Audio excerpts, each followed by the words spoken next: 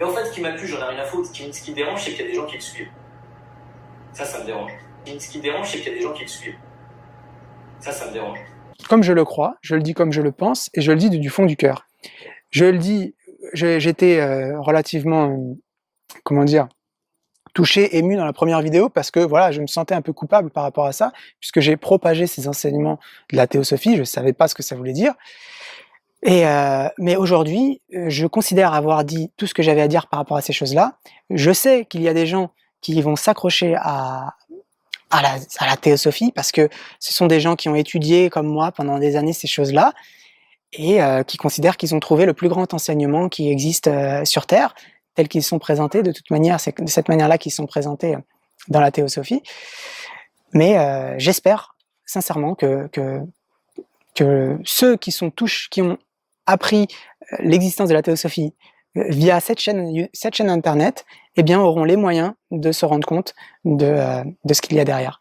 Et puis, pour ceux qui ne voudraient pas changer d'avis, eh bien, après, chacun est libre de ses propres opinions, mais prenez le temps quand même d'aller voir quelques documentaires avant de trancher la question.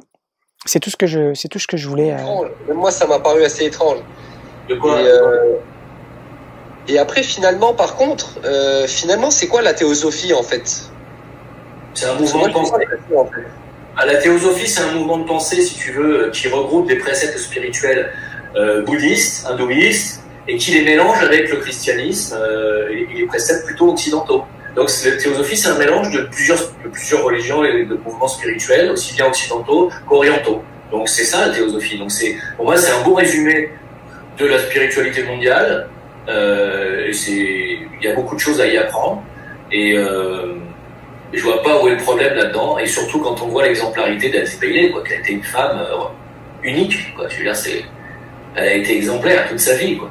Alors, son mari à elle, il était franc-maçon, et à l'époque, il y a des francs-maçons qui sont lumineux. C'est ça que j'essaie de faire comprendre. C'est d'ailleurs Tréfingui lui-même, il dit qu'il est franc-mac, et il se dit lumineux. Bon, c'est loin d'être le cas, mais la maçonnerie, quand t'es pas dans les hautes sphères, quand t'es pas au-dessus du 23e degré, c'est-à-dire quand t'es dans les degrés d'en dessous, c'est une fraternité où tu es le bienvenu et où tu partages des idées. Donc la maçonnerie, c'est pas néfaste quand t'es dans les premières sphères.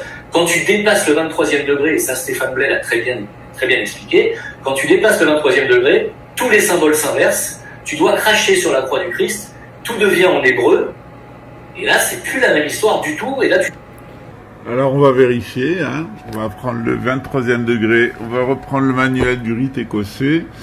Alors il faut savoir que j'ai assisté à des initiations de 23e degré, je suis bien placé pour y en parler, même de 24e degré jusqu'au 33e degré. Alors ce 33e degré s'appelle chef du tabernacle, donc c'est le 23e degré du rite écossais.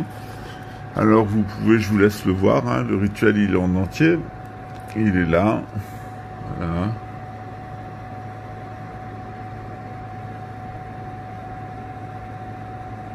Voilà. Alors il faut savoir que dans ce 23e degré, en réalité, on se réfère à l'Exode 22, c'est-à-dire au fait que les Hébreux étaient en 12 tribus, et on le rapporte donc à l'astrologie aux 12 constellations du zodiaque. Voilà, entre autres, hein, il y a d'autres choses dans le rituel. Voilà. Je vous laisse voir le rituel en entier. Voilà.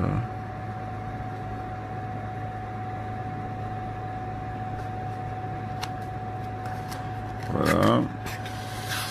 Et au 24e degré, c'est Prince du Tabernacle. Alors, vous pouvez le regarder vous-même. Aucune référence au satanisme, aucune inversion. Je sais pas où il est allé chercher ce truc-là. Mais Jim le Veilleur, c'est évidemment un menteur. C'est surtout Jim le menteur. Il dit que je me prétends lumineux. Je me suis jamais prétendu lumineux. Mais s'il y a vraiment quelqu'un qui n'est pas une lumière, c'est toi. Il suffit de regarder ta tronche avec ton nez rouge pour comprendre qu'au niveau de la bouteille, c'est certainement ce qui se passe. Voilà. En tout cas, avec ce personnage, il faut toujours regarder ces informations. C'est très important. Je vous invite d'ailleurs, puisque vous êtes sur YouTube, à aller sur Théosophie secte, voilà. Et encore, j'ai été gentil, j'ai pas mis secte pédophile, parce qu'en réalité, c'est lié à l'anthroposophie de Rudolf Steiner. Il y a 3 ministres de Macron qui sont des anthroposophes de Rudolf Steiner. Et la théosophie, c'est une secte New Age, financée par la fondation Rockefeller, et je vous invite à le contrôler vous-même. Donc une fois de plus, hein, Jim le menteur. Mais en fait, ce qui m'a plu, j'en ai rien à foutre. Ce qui me dérange, c'est qu'il y a des gens qui le suivent. Ça me dérange. Et puis, il a parlé de la fête de Vézac. La fête de Vézac, qui se passe une fois par an, à la pleine lune de mai.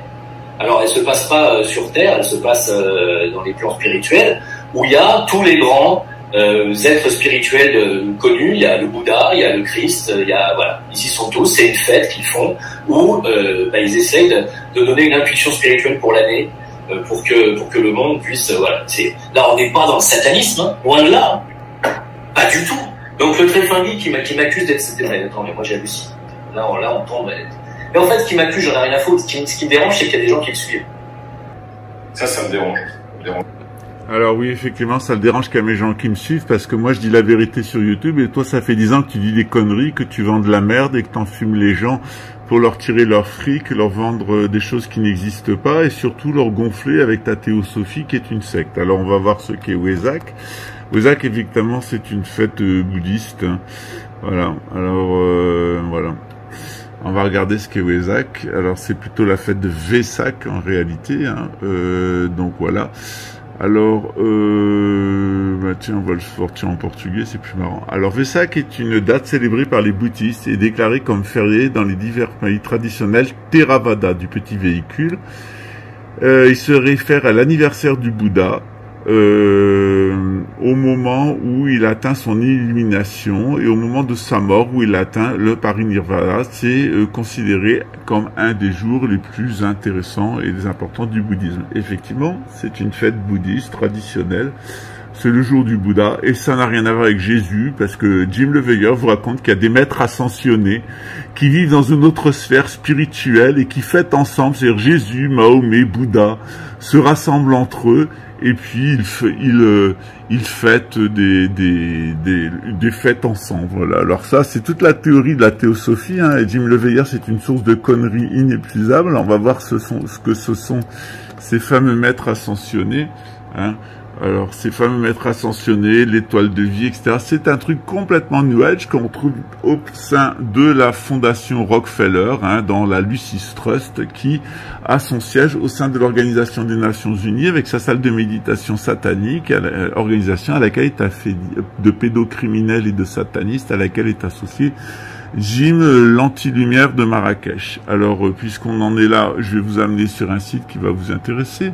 Parce que démasquer l'imposteur théosophe et sa secte pédo-luciférienne, c'est pas le premier avec ses conneries de maître ascensionné que je raconte. Hein. Ce qui te fait chier, c'est qu'on me suive. C'est-à-dire, ce qui te fait chier, c'est qu'il y a des gens qui disent la vérité pour le démasquer, alors que lui ne dit que des conneries. Alors, on va regarder sur reikikundalini.onlc.eu. Parce que j'en suis pas à de la nouveauté, moi, avec les théosophes. Voilà, bienvenue sur mon site, Reiki Kundalini. Et je vous parle de Maître Kuthumi. Eh oui, le maître ascensionné. Voilà une conversation que j'ai eue avec une folle, Edith Gauthier, que voilà, complètement frappée, la fille, qui nous raconte qu'il y a des maîtres ascensionnés qui lui parlent dans sa tête. Hein. C'est la même bouillie mentale que celle de Jim le Veilleur. Et je vous ai mis tout ça sur ma secte, sur mon site internet, pardon, pour vous parler de la secte, avec toutes les références qui vous permettent de comprendre ce que c'est que cette théorie imaginaire de Wesak où il y aurait des maîtres ascensionnés. Eh oui, Jim le Veilleur, c'est de la bouillie mentale New Age au service du nouvel ordre mondial, et sa fameuse théosophie, c'est en réalité la base de la nouvelle religion que va annoncer le pape le 14 octobre, celle du nouvel ordre mondial. Jim le menteur, Jim l'imposteur, Jim le sataniste qui ne supporte aucune opposition pour être libre de raconter ses conneries à longueur d'année pour son public d'abrutis. Mais en fait, ce qui m'a plu, j'en ai rien à foutre. Ce qui dérange, c'est qu'il y a des gens qui le suivent. Ça me dérange. Et elle disait aussi que il n'y a pas de laboratoire P4 aux États-Unis. Il y en a partout dans le monde, mais il n'y en a pas aux États-Unis. Alors c'est ce qu'on va contrôler tout de suite. On va sur Wikipédia, nous dit Jim Leveilleur, il n'y a pas de laboratoire P4 aux États-Unis. On nous apprend qu'il y en a un à Atlanta, deux à Atlanta, un à Fort Detrick, Galveston, Hamilton, San Antonio, 1, 2, 3, 4, 5, 6. Il y a 6 laboratoires P4 aux États-Unis, mais Jim Leveilleur le dit, il n'y a pas de laboratoire P4 aux États-Unis. C'est comme il nous dit, si le Zincoin passera à 50 $, 50 fois ce qu'il a mis au début, et puis voilà, enfin, il parle de plein de choses qui de toute façon n'ont jamais existé, parce que c'est soit des trucs qu'il a entendus ailleurs, parce que tout n'est pas complètement faux, mais sur un certain nombre de sujets très importants, c'est toujours faux, hein, que ce soit en matière de spiritualité avec la société théosophique, où là on l'emplague hors délire. Il y en a, j'en ai compté un certain nombre pour le peu que j'ai écouté ce live très intéressant. On remercie notre ami d'Ultimatum TV. D'ailleurs c'est marrant de voir Jim Leveilleur avec un juif. C'est à mourir de rire après tout ce qu'il a pu bazarder sur les juifs. Voilà, donc il y a bien 6 laboratoires P4 aux États-Unis, mais évidemment pour ça il faut au moins savoir lire Wikipédia.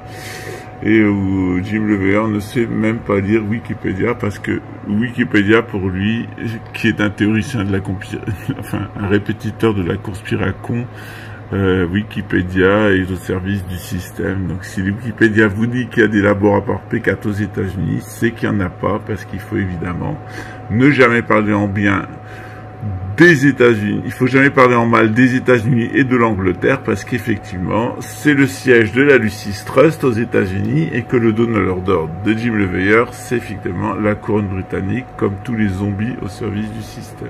C'est pas grave. Passons. Mais en fait, ce qui m'a plu, j'en ai rien à foutre. Ce qui me dérange, c'est qu'il y a des gens qui le suivent. Ça me dérange. Monnaie d'échange. Et donc, il y a énormément de projets à venir, puisque le minage qui va être fait sur cette blockchain va rapporter 50%, répartis entre les collectivités et les États africains. Donc c'est beaucoup. Question, qui paye? Et en plus, il y a des gens qui ont eu l'opportunité de l'acheter à 32 centimes, aujourd'hui ont gagné déjà 5 fois leur mise. Donc c'est bien une monnaie spéculative. Question, quand on multiplie par 5 fois la somme, qui paye la différence?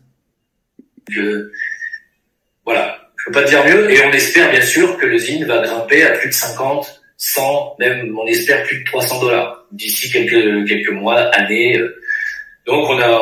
Question, quand une chose qui est très peu chère au début devient très chère à la fin, ça s'appelle une pyramide de Ponzi. Nouvelle question à Jim Leveilleur, qui paye la différence de valeur? Qui la paye? On a une ambition qui est de faire acquérir l'émancipation financière à beaucoup de gens, et aussi à beaucoup de peuples.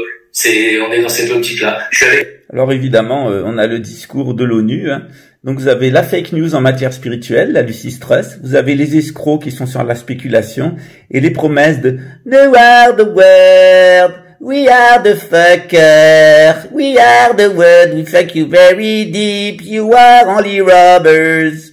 C'est une équipe de musulmans. C'est les musulmans qui ont monté ça. C'est une équipe franco-algéro-marocaine. D'accord. Qui sont des vrais musulmans, je tiens à préciser.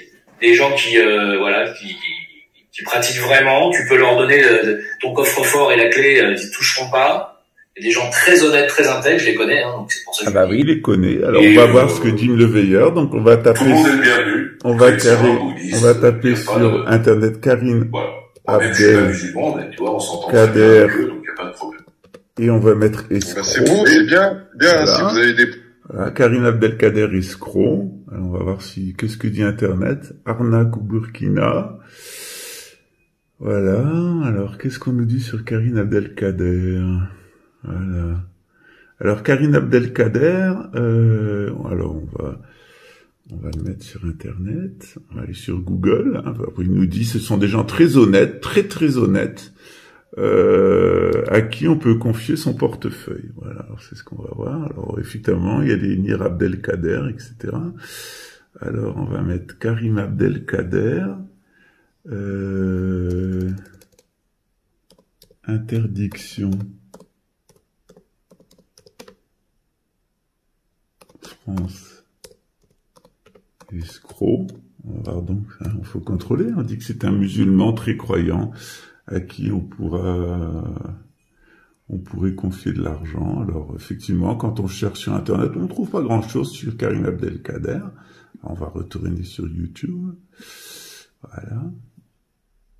Pour voir ce que nous raconte YouTube sur Karim Abdelkader, parce qu'il y a beaucoup de choses qui... Voilà. Alors, tiens. Bon.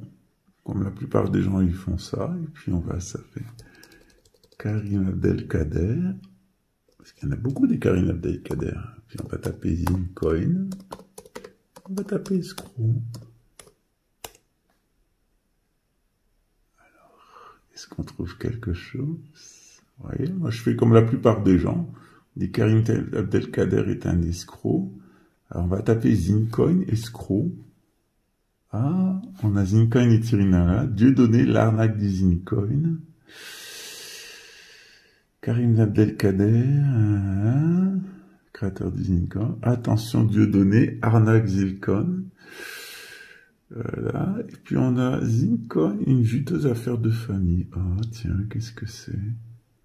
Qu'est-ce qu'on apprend? La crypto-monnaie décrite par de nombreux spécialistes en étant qu'une vulgaire arnaque a fait parler d'elle jusqu'en France. Dieudonné, Jim Leveilleur, Karim et Sophia.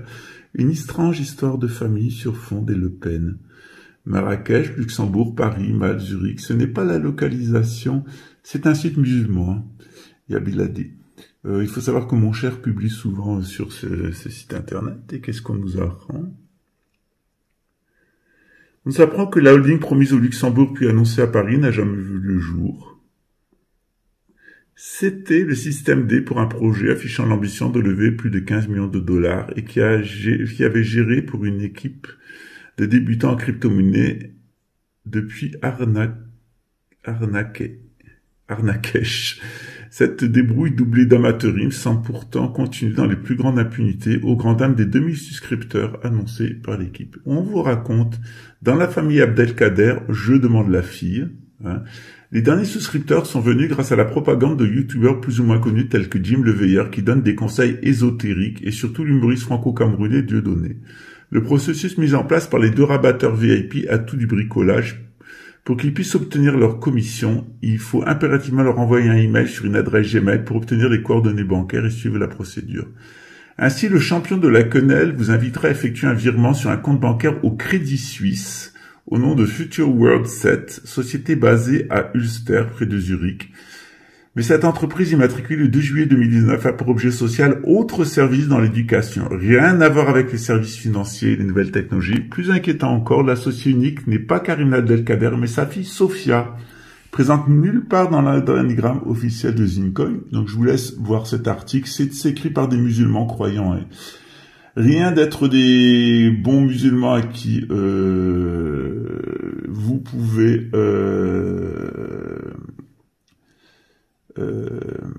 faire confiance, c'est en réalité tout le contraire, c'est une bande d'escrocs. Vous lirez cet article avec les liens qui vous sont donnés, et puis puisqu'on en est un certain nombre de choses dérangeantes, et puisque Jim Leveilleur a dit que j'étais jamais en contact avec l'équipe de Zincoin, voilà. Alors voilà, Karim Zincoin, je vous laisse le voir.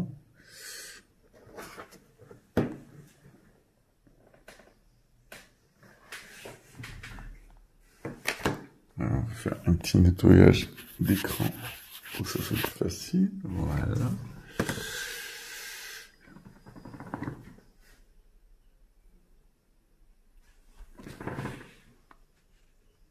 Voilà.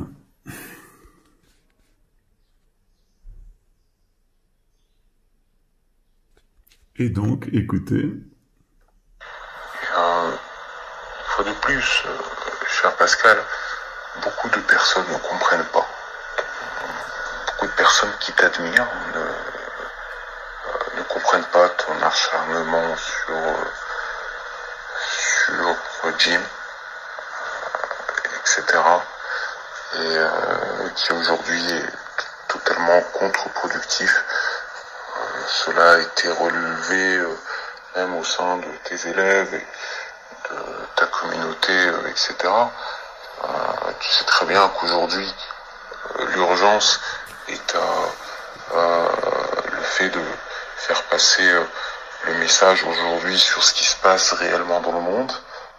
Voilà.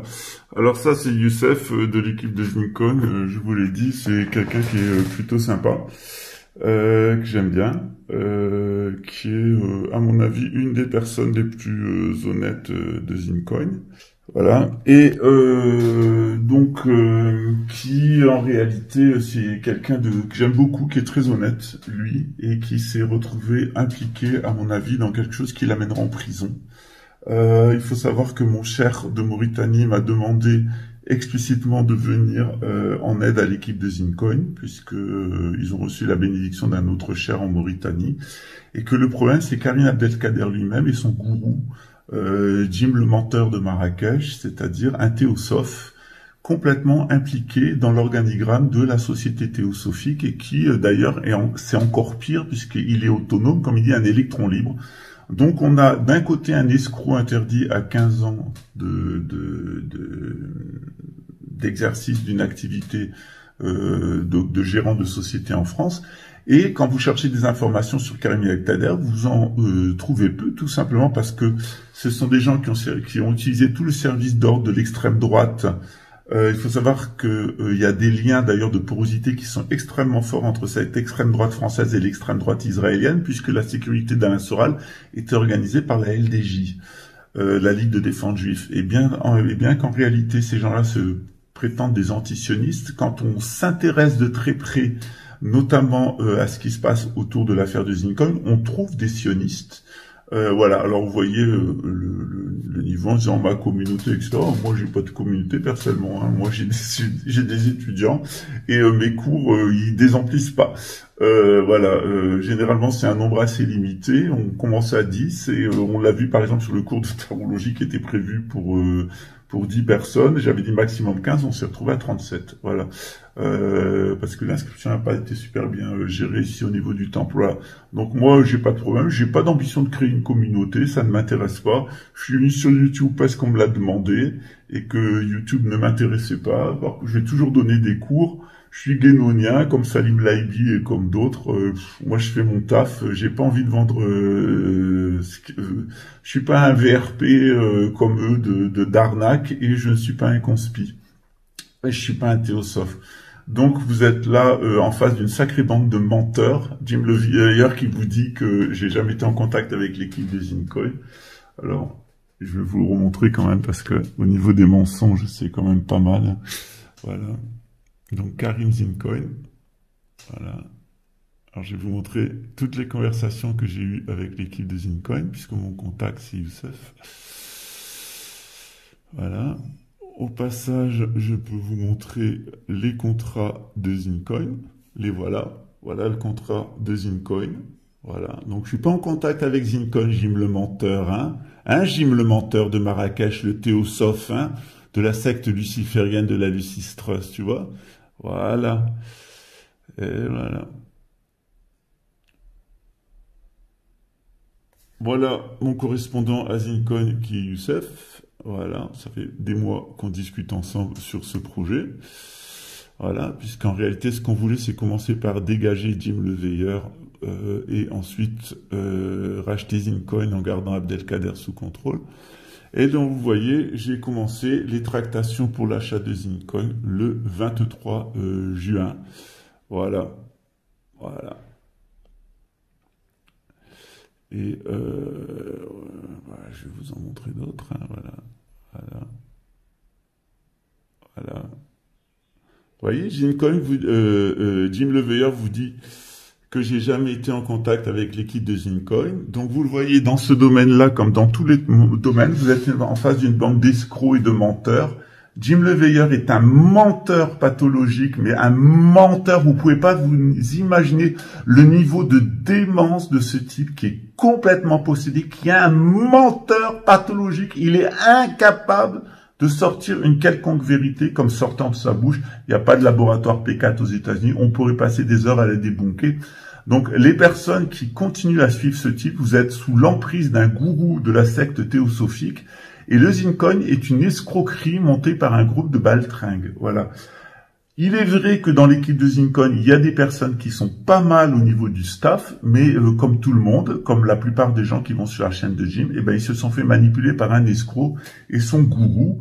Et d'ailleurs, c'est pas étonnant, puisque ce qu'il y a derrière la société théosophique, c'est en réalité du cirque, c'est-à-dire de la magie noire qui a été apprise par Blavatsky et son équipe dans les cimetières en Égypte. Je vous ai raconté hier quelle était l'origine des soi-disant enseignements de Blavatsky. En réalité, s'il y a effectivement de bons musulmans croyants dans l'équipe de Zincoin, c'est certainement pas le cas de Karim Abdelkader, qui est un escroc, et c'est certainement pas le cas de Jim Levier, qui est un luciférien et un sataniste. Tout ce qu'il vous dit est 100% mensonge. Il n'y a pas 1 euro qui a été distribué à des gens pendant la pandémie. Jim Levier a passé son temps à mettre les gens en panique. C'est un menteur pathologique, un affabulateur, et je pourrais vous donner des dizaines et des dizaines d'exemples que ce type est un menteur pathologique. Donc, les gens qui sont sur cette chaîne, je comprends très bien que vous cherchez de la spiritualité, je comprends très bien que vous cherchez une alternative au système, sauf que vous n'êtes ni dans de la spiritualité, ni dans de l'alternative au système, vous êtes dans une annexe du système, fait par un gourou et un escroc, qui ont reproduit à l'identique le système d'arnaque spirituel, le système de pyramide de Ponzi mis en place par les Jésuitos Illuminati. Voilà. Bon courage en tout cas aux personnes qui sont sur cette chaîne. Je vous invite à... moi je suis saturé au niveau des étudiants et de mon temps, donc je peux plus rien faire pour personne. J'ai annoncé la fermeture de ma chaîne pour le 25 décembre, pour Noël. Donc peut-être je la fermerai même avant, j'en sais rien. Voilà. Et donc je souhaite maintenant retourner à la vie qui était la mienne avant, c'est-à-dire m'occuper de mes étudiants, m'occuper de mes clients, permettre aux 32 personnes qui sont maintenant en train de se diriger vers le Brésil de vivre dans leur éco-village en synarchie. On a décidé donc de créer notre propre crypto-monnaie qui sera à cheval sur le Brésil et l'Afrique, et on a donc deux investisseurs en réalité on tourne entre 202 et 220 millions de dollars pour créer cette crypto-monnaie qui sera pas une crypto-monnaie spéculative. On a un gros fonds qui va nous permettre d'en stabiliser le prix, en faire une véritable monnaie d'échange hors dollar et hors euro entre l'Afrique et le Brésil, c'est-à-dire Zincoin vous a menti.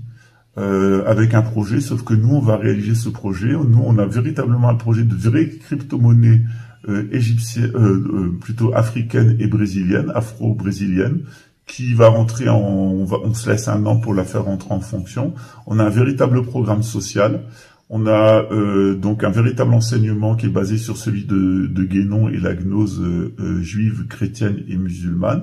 On est béni par une tarika du cheikh Brahim en Mauritanie, qui est en relation avec l'imam al-Mahdi, qui se manifestera dans les années à venir. Et on vous souhaite donc de nous rejoindre en d'abord étudiant bien les choses, ensuite en contrôlant tout vous-même. Et je vous invite à relire tout le livre de René Guénon, parce que sans cette colonne vertébrale que vous donne René Guénon, vous allez vraiment avoir du mal à aller dans la spiritualité. Et je vous demande aussi de faire très attention à toutes les informations en matière économique. Depuis le début, on m'a dit que je devais écouter plutôt ce que disent les gens plutôt que de m'intéresser à leur profil. Ben, je pense que c'est le contraire. Je pense que quand on s'intéresse aux personnes, on oublie le message parce que c'est souvent du mensonge. Mais quand on s'intéresse aux personnes, pour savoir de quelle famille elles viennent et ce qu'elles font concrètement, eh bien là, c'est là où on découvre la vérité. C'est comme avec les hommes politiques. Il faut pas écouter ce qu'ils disent, il faut regarder ce qu'ils font et qui est derrière et qui les finance. En tout cas, moi, j'ai été absolument transparent sur ça depuis le début. Sur ce, je vous souhaite un bon dimanche. On a terminé notre cours de tarologie, donc on était 37. Une partie des étudiants étaient des boursiers, puisque les personnes qui n'ont pas d'argent peuvent recevoir les cours gratuitement. Et dans mon cours de gnose maçonnique qui aura lieu au courant novembre, eh bien, on est environ une centaine d'inscrits déjà. Il y a un certain nombre de personnes qui veulent savoir la vérité sur la franc-maçonnerie, son histoire, ses symboles. Et donc, je vous invite à recevoir ce cours. On en a déjà d'ailleurs pas mal donné d'extraits sur cette chaîne. En ce qui concerne l'ésotérisme du 19e siècle, la société théosophique et les sectes à escrocs, je vous invite à voir la dernière conférence de Michel de Celles sur la spiritualité au 19e siècle, où il parle de René Guénon, il parle de la société théosophique et de ses arnaques, montées par les jésuitos Illuminati. L'arnaque de Marrakech, ce n'est qu'une micro-arnaque qui est absolument copiée sur le système de l'ONU, le système de la Lucis Trust et le système financier. Vous avez cru échapper aux jésuitos Illuminati en allant chez les Jim LeVeilleur et aux Incoin. En réalité, vous en êtes tombé sur une annexe, une copie conforme qui est en réalité mise en place par deux minables et une équipe de bras cassés autour d'eux, une famille d'escrocs et un escroc en la personne de Jim LeVeilleur. Il n'empêche que il y a des personnes qui valent la peine dans l'équipe de Zincoin et c'est à ces personnes-là que je m'adresse aujourd'hui. Quittez-les, rejoignez-nous.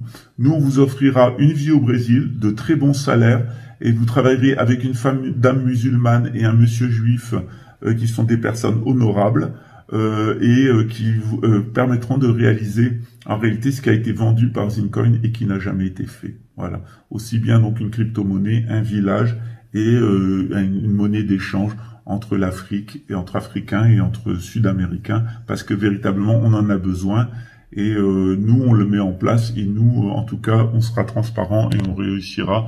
On n'est pas des spéculateurs. Riches on l'est déjà, on n'a pas besoin de s'enrichir. Moi je suis pas Karim Abdelkader, j'ai pas besoin de monter des arnaques pour m'enrichir, riche je le suis déjà.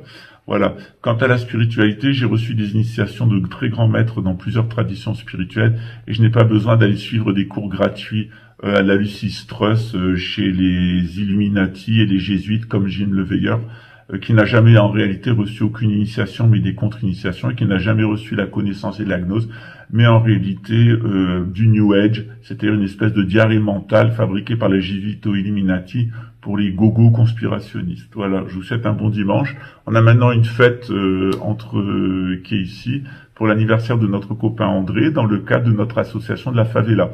Donc, je vous ferai un petit coucou quand ils seront là. Il y a un colonel du renseignement brésilien, il y a des policiers, il y a des gens des sections spéciales d'assaut de la police brésilienne. Et puis il y a toute notre association culturelle pour la favela de l'Allemagne. Je ferai 2-3 petites secondes de live pour vous dire bonjour avec eux, puisque maintenant on organise la fête d'anniversaire de l'un d'entre eux chez moi à Rio. Voilà. On attend toujours que Jim nous donne l'identité, le nom des personnes qu'il a aidées. Nous, on a préparé une vidéo pour vous montrer ce qu'on fait. Donc, en temps voulu, on vous montrera tout sur nos actions du temple, sur l'éco-village, etc. Et puis, sur l'avancement de notre crypto-monnaie et en toute transparence. Voilà. Bienvenue dans le monde des gens honnêtes, intègres et qui disent la vérité. Abandonnez le monde des baltringues qui ne font que copier le système de mensonges, le système d'arnaque, et le système d'enchaînement. Vous êtes tombé sur un gourou et vous êtes tombé sur un escroc qui ne valent pas mieux que les jésuitos Illuminati. Et quand ils nous regardent de près sur cette histoire de Zincoin, c'est quand même curieux de voir qu'on y trouve la famille Le Pen et qu'on y trouve un certain nombre d'acteurs du sionisme, les mêmes autour d'égalité et réconciliation. Ça pue cette histoire, mais vraiment ça pue. Ouais. Mais en fait, ce qui m'a plu, j'en ai rien à foutre. Ce qui me dérange, c'est qu'il y a des gens qui le suivent. Ça me dérange. De ces 12 derniers mois, a fait un appel, parce que les ânes, les chevaux, vous savez que les calèches ne travaillent plus. Regardez la bonté incarnée. Je vais vous montrer ce que c'est que la bonté incarnée chez nous.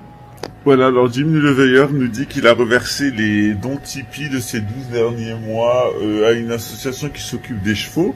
Alors on lui demande d'en apporter la preuve, hein, Jim, tu dois nous apporter la preuve que tu as donnée, donc je veux voir le virement que tu as fait pour cette association, sinon ça signifie que tu es un menteur. Oh, bon, que tu sois un menteur, on le sait. Alors sur ce sujet-là, eh bien je te mets au défi d'une chose, c'est de nous en apporter la preuve, hein. Et si tu m'apportes la preuve qu'effectivement tu as donné cet argent, mais pas aujourd'hui ou demain, etc., mais à la date que tu le dis, c'est-à-dire il y a un certain nombre de temps, et que tu l'as fait aussi, pourquoi pas les années précédentes, est-ce que tu fais la lumière complète sur toutes les donations que tu as reçues sur Tipeee et la façon dont tu les as utilisées, pas seulement cette année. Ça sera intéressant. D'autre part, Jim, il m'a envoyé un mec qui s'appelle Grégory, qui a essayé de faire l'intermédiaire entre lui et moi, et puis en fait, Grégory s'est retourné contre Jim.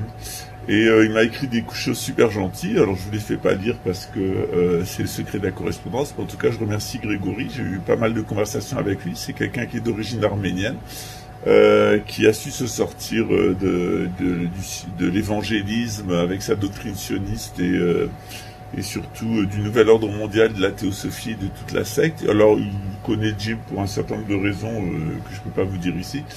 En tout cas, Jim le Veilleur, je te mets à nouveau au défi de faire une vidéo avec moi qui te démasquerait sur l'intégralité de tes mensonges et de tes escroqueries.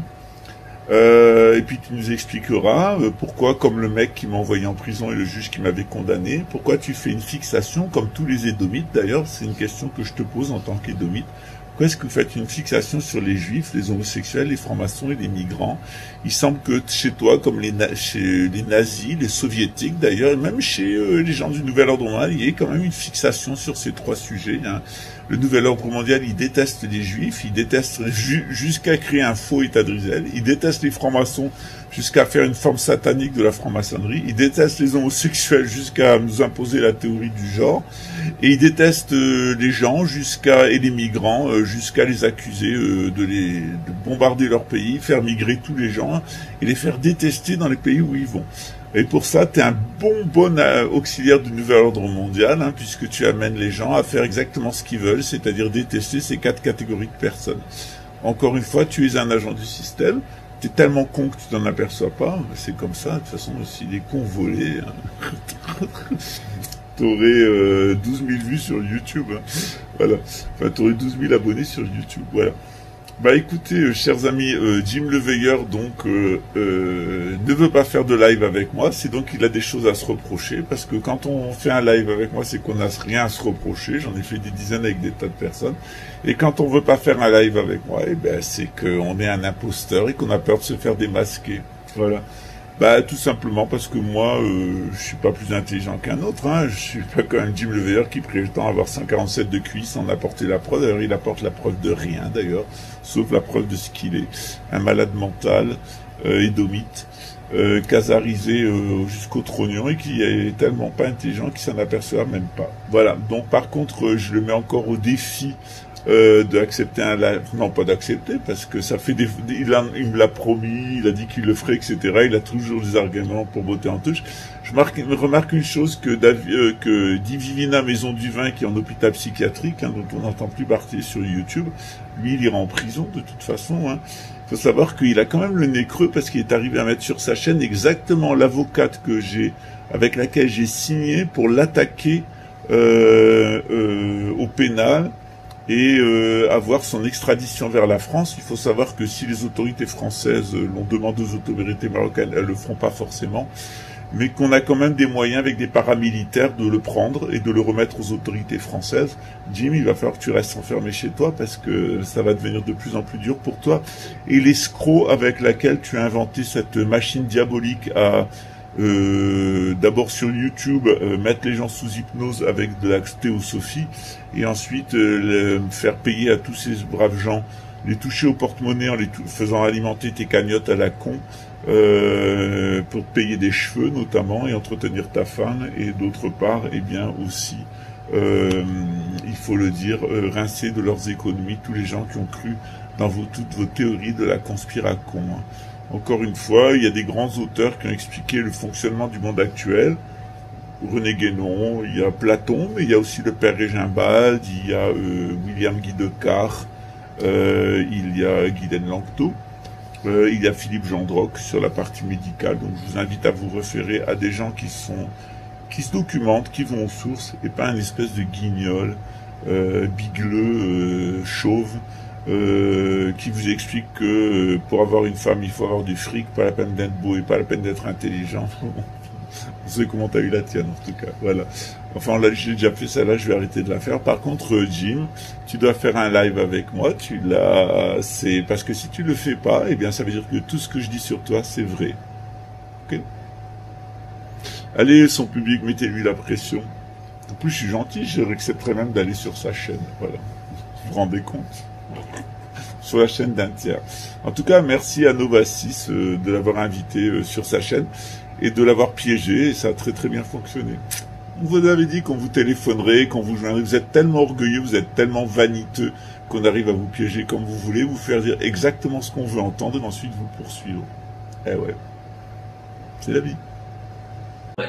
Et en fait, ce qui m'a plu, j'en ai rien à foutre. Ce qui me dérange, c'est qu'il y a des gens qui le suivent.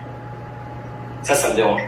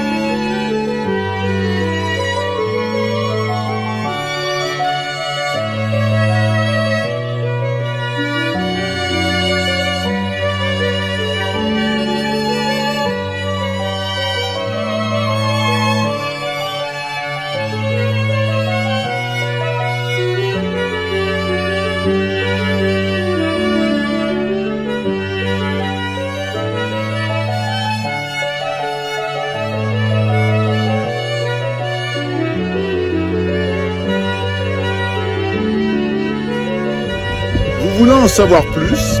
Vous voulez percer les secrets des mégalithes, des églises, des temples, les secrets de la franc-maçonnerie, la vraie, pas la luciférienne? Vous voulez savoir pourquoi ici, dans notre éco-village, il y a un choix qui a été fait avec des habitats en fer? Quelles sont les conséquences et pourquoi ils ont été mis à la terre? Parce qu'en réalité, quand on construit sa maison, il y a une chose dont on doit se préoccuper, c'est le rapport au ciel et le rapport à la terre. Exactement, le rapport à la terre, c'est le rapport à l'eau, le shui, et le rapport au ciel, c'est le rapport à l'air, le feng. On revient toujours sur des histoires de feng shui, vous verrez que c'est assez simple à comprendre, c'est très caché, ça s'appelle le Royal Horse, l'art royal, et que finalement, c'est pas aussi chinois qu'on le croirait au premier abord. À bientôt, ciao.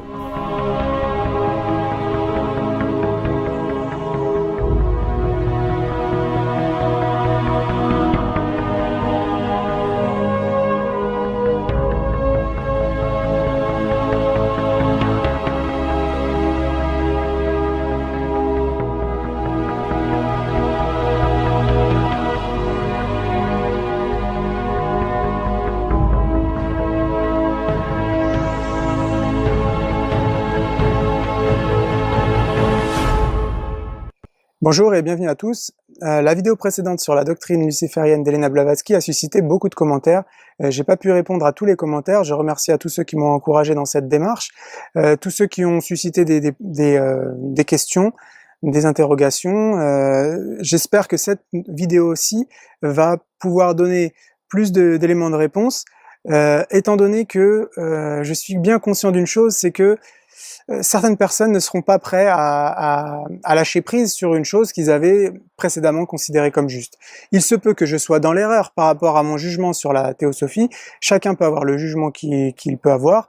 L'idée ici, c'est d'exposer les raisons qui m'amènent à cette position sur la société théosophique. Je vous assure que ça n'a pas été une décision sur un coup de tête par rapport à cette compréhension de la théosophie, et c'est une décision qui est aussi basée sur un ensemble d'éléments, pas seulement les idées théosophiques en elles-mêmes, mais le contexte de ce courant-là, d'où il vient, quel est l'objectif et quelles sont les conséquences.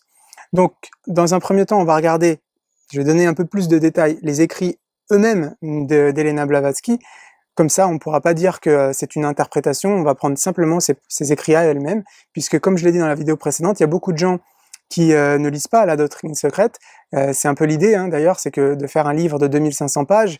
Donc, voici les différents extraits directement de la doctrine secrète. Et on pourra juger par nous-mêmes de quoi il s'agit. Alors voilà, ici on est sur la doctrine secrète de Elena Blavatsky, HPV Blavatsky. On voit ici la table des matières, doctrine secrète 2, volume 3, volume 4, volume 5, volume 6. Donc c'est une édition qui rassemble tous les volumes, et on voit, ça fait 2867 pages. Donc évidemment, il y a peu de gens qui lisent tout, surtout s'ils n'ont jamais entendu parler de la théosophie. C'est pas le premier livre qu'on prend. Et le premier extrait que je vais vous lire, il est donc à la page 1297, ce qui nous amène dans le volume 2 ou volume 3, je pense. Mais donc déjà, il faut avoir lu 1300 pages avant d'arriver sur ce premier passage qui est assez clair par rapport au sujet qui nous intéresse. Donc ici, on attribuait au serpent tombé d'en haut la possession des clés de l'Empire des morts, jusqu'au jour où Jésus le vit tomber comme la foudre du ciel, en dépit de l'interprétation catholique romaine donnée au mot cadebat ut fulgur. Cela veut dire que même les démons sont soumis au Logos, qui est en même temps sagesse et, en tant qu'adversaire de l'ignorance, Satan ou Lucifer.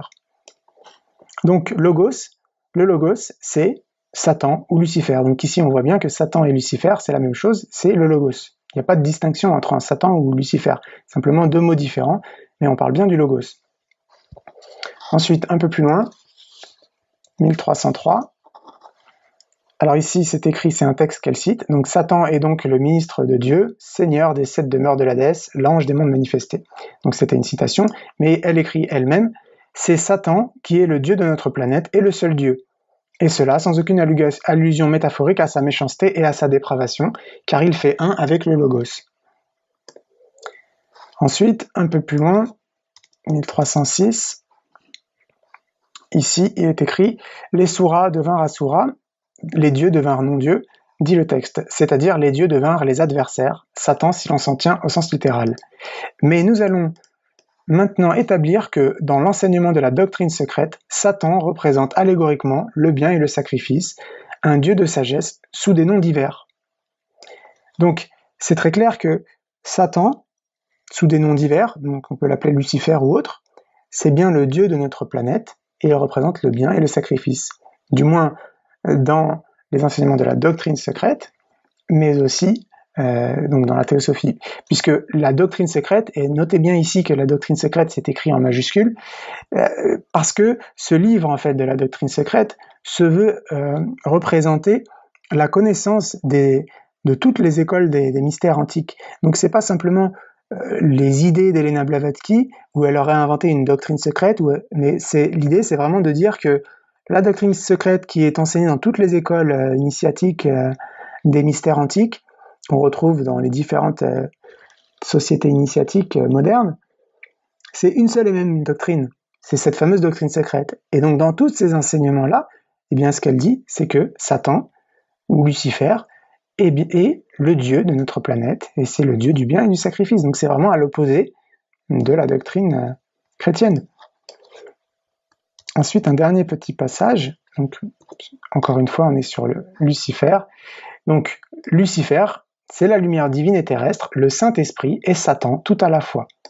Donc encore une fois, Lucifer et Satan sont une seule et même chose, et ici on nous dit carrément que Satan, c'est le Saint-Esprit du christianisme. Voilà. Donc une chose est sûre, c'est que Satan et Lucifer, en tout cas du point de vue d'Elena Blavatsky, sont une seule et même chose, et ce ne sont pas deux choses différentes, comme on a tendance à dire dans certaines critiques ou dans certains courants de pensée, où on dit que Lucifer serait différent de Satan. De son point de vue à elle, c'est le même personnage, et c'est le fameux Logos. Donc tous ceux qui passent des initiations, si ces initiations sont réelles, ces initiations, elles sont apportées par Satan lui-même. Le grand initiateur, c'est le Logos, c'est donc Satan qui initie tous les gens qui souhaitent aller plus loin dans cette voie de l'occultisme qu'est la théosophie. Éphésiens chapitre 5, verset 11.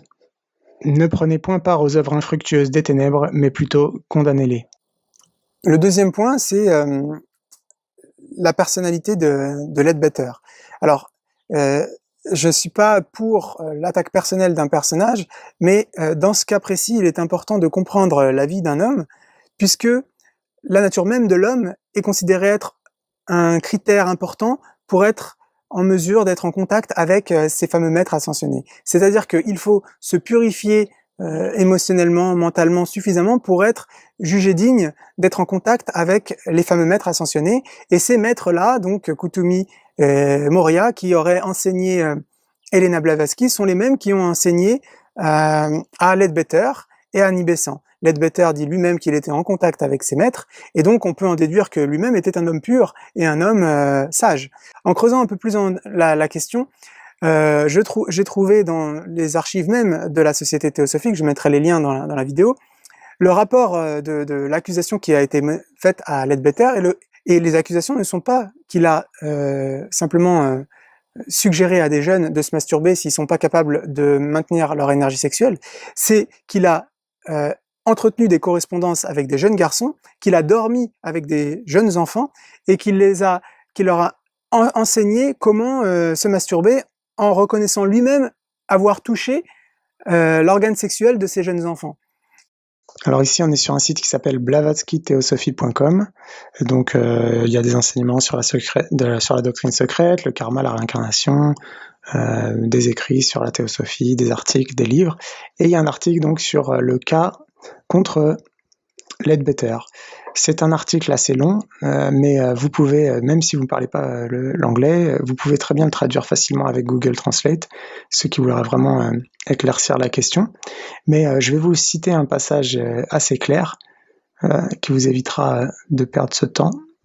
Ceux qui ne veulent pas creuser, qui peuvent juste me faire confiance à partir de cet extrait. Donc, dans tout cet extrait, il y a des lettres qui ont été citées, des lettres entre Leadbetter et des enfants, donc des jeunes enfants indiens. Et à un moment donné, les représentants de la Société théosophique ont décidé d'éclaircir la situation en interne, et donc ils ont interrogé Leadbetter. Et on a ici le transcript de la conversation, un extrait de cette conversation. Et donc je vais vous traduire juste une petite partie de toute cette conversation. Donc précédemment, ils ont parlé des lettres avec cet enfant, qu'il a eu des rapports avec des enfants, et il y a Thomas qui demande, il lui demande donc le fait que, parce que Leadbetter dit qu'il se rappelle plus exactement de tout ce qui s'est passé, et donc il dit cette phrase-là, ça veut dire le fait que vous répondiez ne pas pouvoir vous rappeler suggère qu'il y a eu de nombreux cas. Je voudrais savoir si dans certains de ces cas, je ne suggère pas la sodomie, il y a effectivement eu un cas. Et donc, Leadbetter répond, vous voulez dire toucher, bah, il se peut que ce soit arrivé. Ensuite, Thomas lui répond, donc, vous admettez avoir chapeauté d'autres que ces deux garçons, donc les deux garçons précédemment qu'il avait admis toucher, en tout cas avec lequel faire des coucher, enfin dormir avec eux. Et donc là, après, juste avant, il vient de dire qu'il a effectivement touché. Et Leadbetter lui dit, ça veut dire que le même conseil a été donné à plusieurs garçons. Donc précédemment, on parle d'un conseil. Le conseil, il a reconnu que c'était un conseil qui impliquait de toucher l'organe du petit garçon. Et il répond qu'il a donné le même conseil. Donc on peut en déduire qu'il a touché d'autres garçons. Mais bon, c'est une déduction qui se fait à travers ses propres écrits. Ses propres paroles même. Et ensuite, là c'est le colonel Olcott, donc le fondateur de la Société théosophique avec Elena Blavatsky, qui intervient et qui demande combien en tout, 20 au total, et Leadbetter répond non pas autant. Donc on est certain, d'après ses propres mots, qu'il y a eu au moins 2 garçons qu'il a touchés, et il a touché leur organe sexuel pour leur enseigner la masturbation. Donc, soit cet homme-là, qui reconnaît par lui-même avoir un comportement déviant, ment, parce qu'à ce moment-là, il ment dans le sens qu'il ment être en contact avec ses maîtres ascensionnés, puisque on peut quand même pas supposer que la pédophilie, une forme de pédophilie, soit un critère pour être en contact avec la crème de la spiritualité. Donc soit il ment et il n'était pas en rapport avec ses êtres ascensionnés, soit il était réellement en contact avec ces fameux êtres ascensionnés, ces fameux maîtres, malgré le fait qu'il était porteur de vices, hein, on peut pas dire autrement. À ce moment-là, qu'est-ce que ça veut dire sur ces maîtres? Eh bien, ça veut dire qu'ils sont pas aussi spirituels qu'ils le disent. Et c'est justement les reproches qu'on fait à toute la théosophie et tout le mouvement New Age qui en découle, c'est-à-dire que ces gens qui se prétendent être en communication avec des maîtres ascensionnés sont en réalité en communication avec des anges déchus qui se prétendent être des fameux maîtres. Et là, ça nous ramène à des notions bibliques, puisque dans la Bible, il est écrit que à la fin des temps, donc ici on est sur un site qui s'appelle saintebible.com, donc on peut choisir n'importe quel livre de la Bible, aussi bien l'Ancien Testament que le Nouveau Testament. On peut choisir ensuite le chapitre, le verset, il y a toutes les différentes versions dans toutes les langues. Et ici donc l'extrait que j'ai choisi, que je voulais lire, c'est donc Timothée 1er, chapitre 4, verset 1. Donc il y a différentes versions, différentes langues, et c'est ici l'extrait donc. Mais l'Esprit dit expressément que dans les derniers temps, quelques-uns abandonneront la foi pour s'attacher à des esprits séducteurs et à des doctrines de démons. Donc, alors là encore, on peut se poser la question, quelle est cette fin des temps? Il s'agit de la société actuelle, on peut y voir des signes. Quoi qu'il en soit, il est dit que, à un moment donné, les gens seront trompés par des doctrines de démons, des doctrines d'anges déchus qui se feront passer pour des maîtres et qui enseigneront toutes sortes de choses. Et on le voit bien dans la théosophie, mais surtout dans toutes les répercussions qu'il y a eu derrière, avec tout un tas de personnages qui ont repris les idées de la théosophie, mais surtout qui, à chaque fois, se disent être en contact avec des êtres ascensionnés. La suivante qui a repris le flambeau, c'est Alice Bailey. Alice Bailey qui, elle aussi, était un rapport très intime avec la franc-maçonnerie, puisque son mari Foster Bailey était lui aussi un franc-maçon de 33e degré. Alice Bailey a écrit une trentaine de livres sous la dictée d'un maître ascensionné, là encore, un fameux Joel Kuhl. Et ces écrits d'Alice Bailey, Alice Bailey a fait avec son mari une maison d'édition qu'elle a appelée Lucifer Trust. Donc là encore, on se retrouve encore avec le mot Lucifer. Et ces écrits de Lucifer Trust ont été intégrés dans les Nations Unies. Donc cette Nations Unies utilise les écrits de la Lucifer, qui s'appelle maintenant Lucis Trust, d'Alice Bailey et de Foster Bailey, pour amener le nouvel âge, la nouvelle religion en fait. Parce que il y a dans ce qu'on appelle la vision du nouvel ordre mondial. Donc le nouvel ordre mondial, c'est je vais revenir là-dessus plus en détail, mais dans l'objectif du nouvel ordre mondial, c'est de créer un gouvernement mondial, mais pour qu'un monde soit unifié, eh bien il faut qu'il soit unifié autour d'une religion.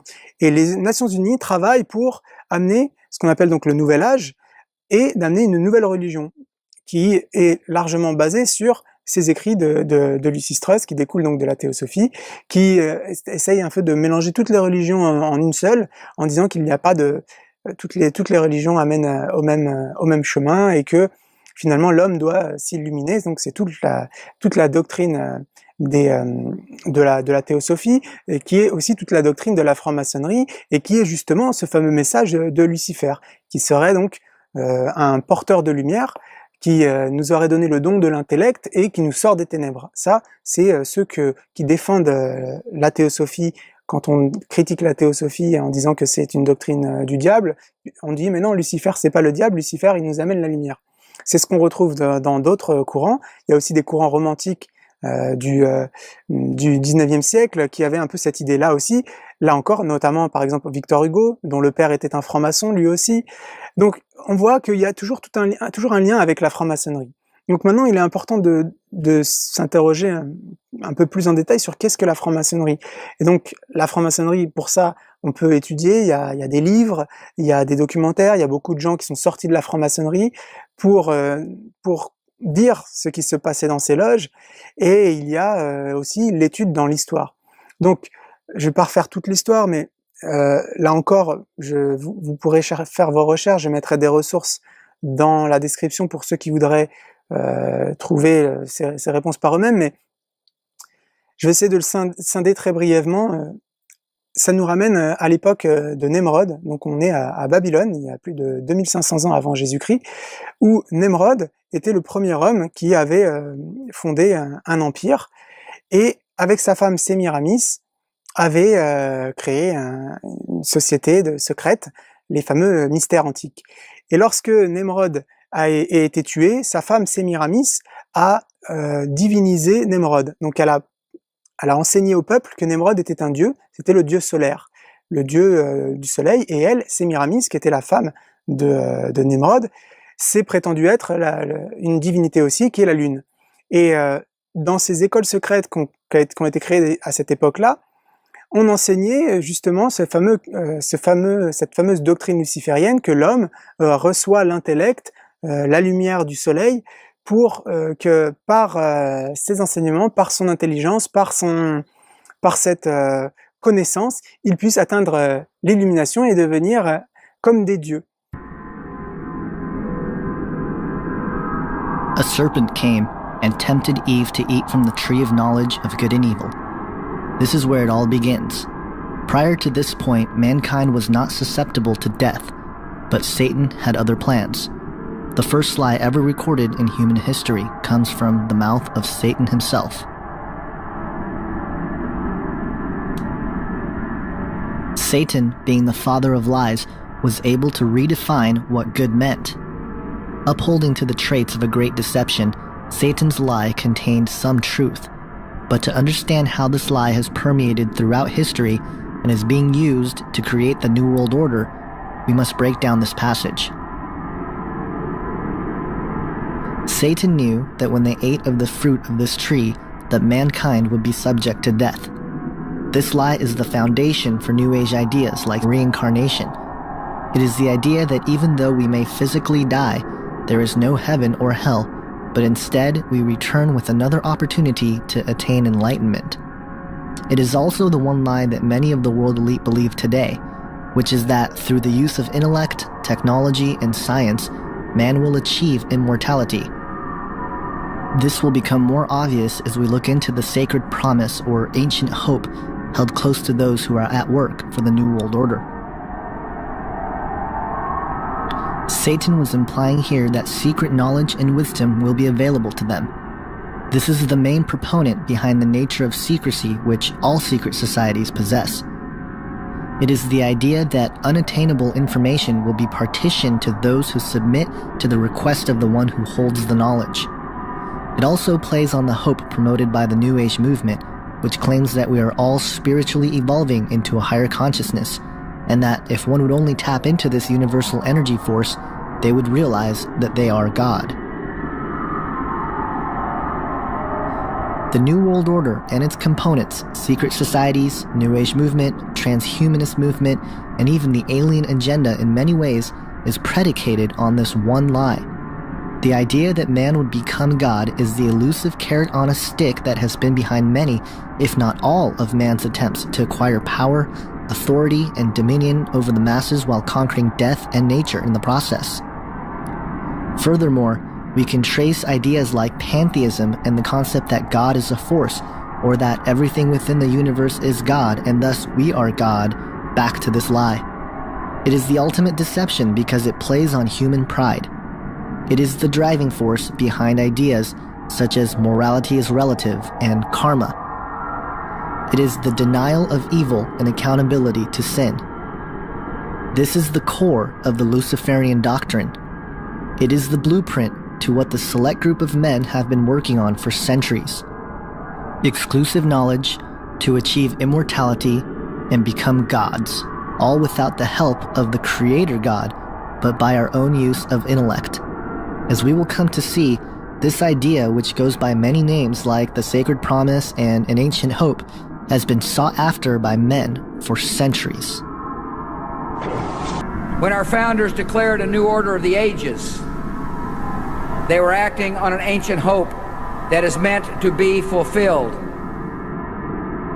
Donc, ces écoles secrètes qui ont été dispersées du temps de Babylone se sont réparties un peu partout dans le monde et on retrouve les mêmes mystères dans la Grèce antique et dans l'Égypte ancienne, et le nom de Nemrod et de Sémiramis ont été transformés en différentes divinités. Donc on a Osiris qui reprend le rôle de Nemrod, Isis qui est Sémiramis, et ensuite tout un tas de noms qu'on retrouve dans les cultes grecs, dans les cultes perses, dans les cultes chaldéens, indiens, et c'est en réalité des dérivés de Nemrod et de Sémiramis et son fils qui ont fait partie de la mythologie donc de ces écoles secrètes. Ces écoles secrètes donc étaient en Grèce, en Égypte, et puis elles ont perduré dans le temps, même dans le monde arabe. Il y a eu ce qu'on a appelé la société des assassins qui est née en Iran, où on a utilisé pareil des techniques de manipulation, une société secrète pour avoir des gens qui soient vraiment dominés pour atteindre certains fins. Cette société secrète des assassins, lorsque les premières croisades sont arrivées à Jérusalem, a fait un partenariat avec les fameux chevaliers templiers. Et ces templiers-là, en retournant dans l'Europe, ont créé tout l'ordre des chevaliers templiers, avaient donc une société secrète, avaient tout ce fameux mystère des initiations, de fraternité, on ne révèle pas aux autres notre secret, etc., qui adoraient en réalité le fameux Baphomet, et qui, au bout d'un moment, ont été rayés de la carte en France, le vendredi 13 en l'an 1307,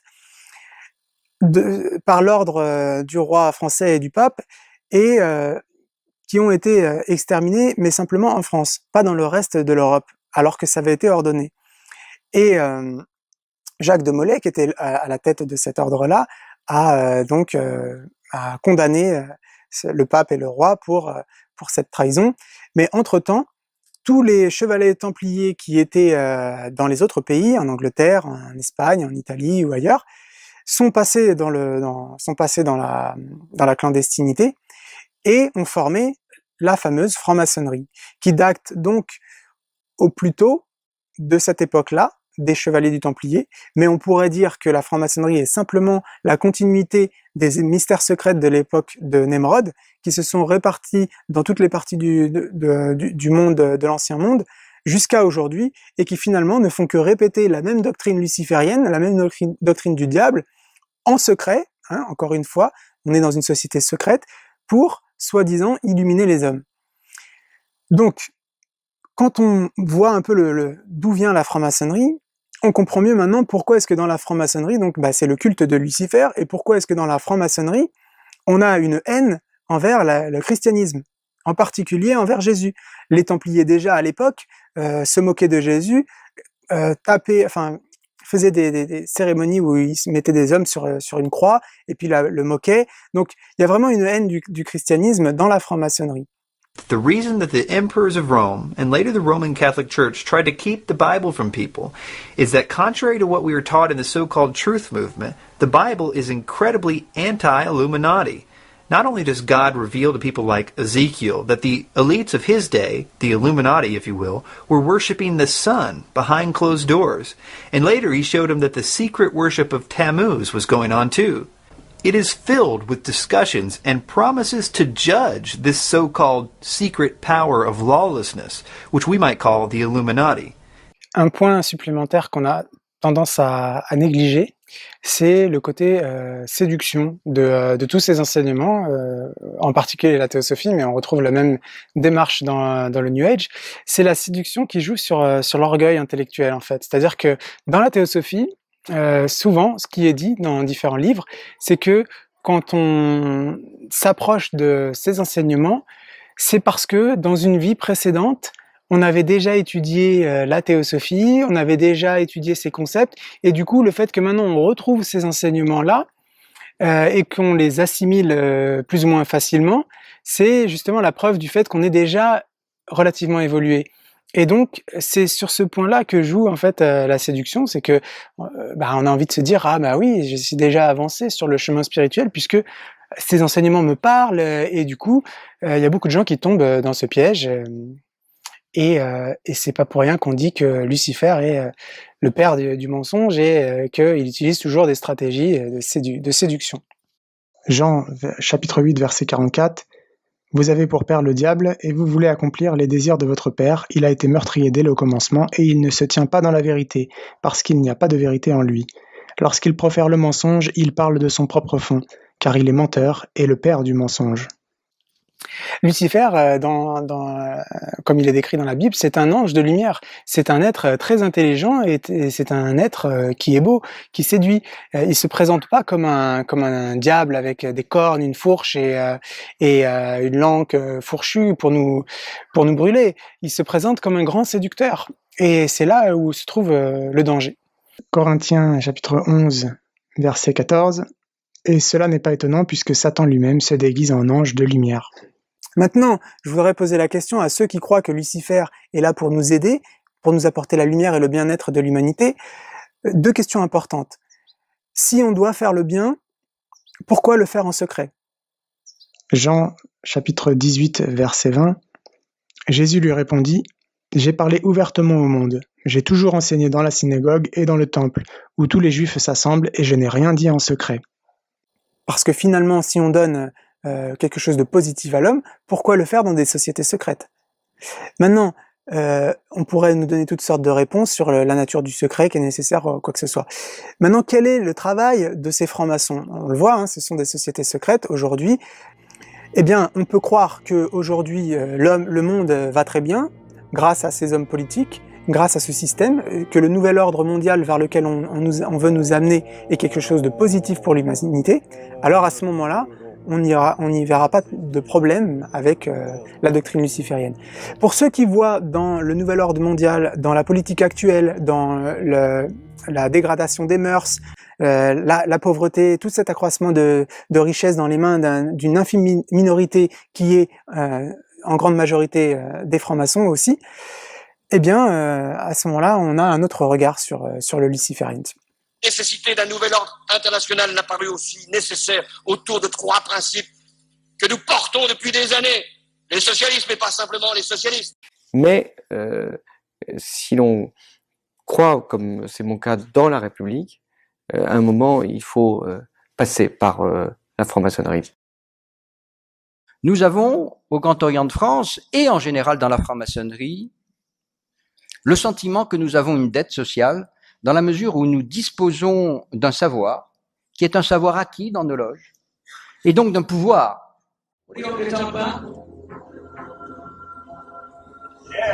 A fraud? No, it wasn't a fraud, but I'll be glad to talk to you if you'll shut up and let me talk.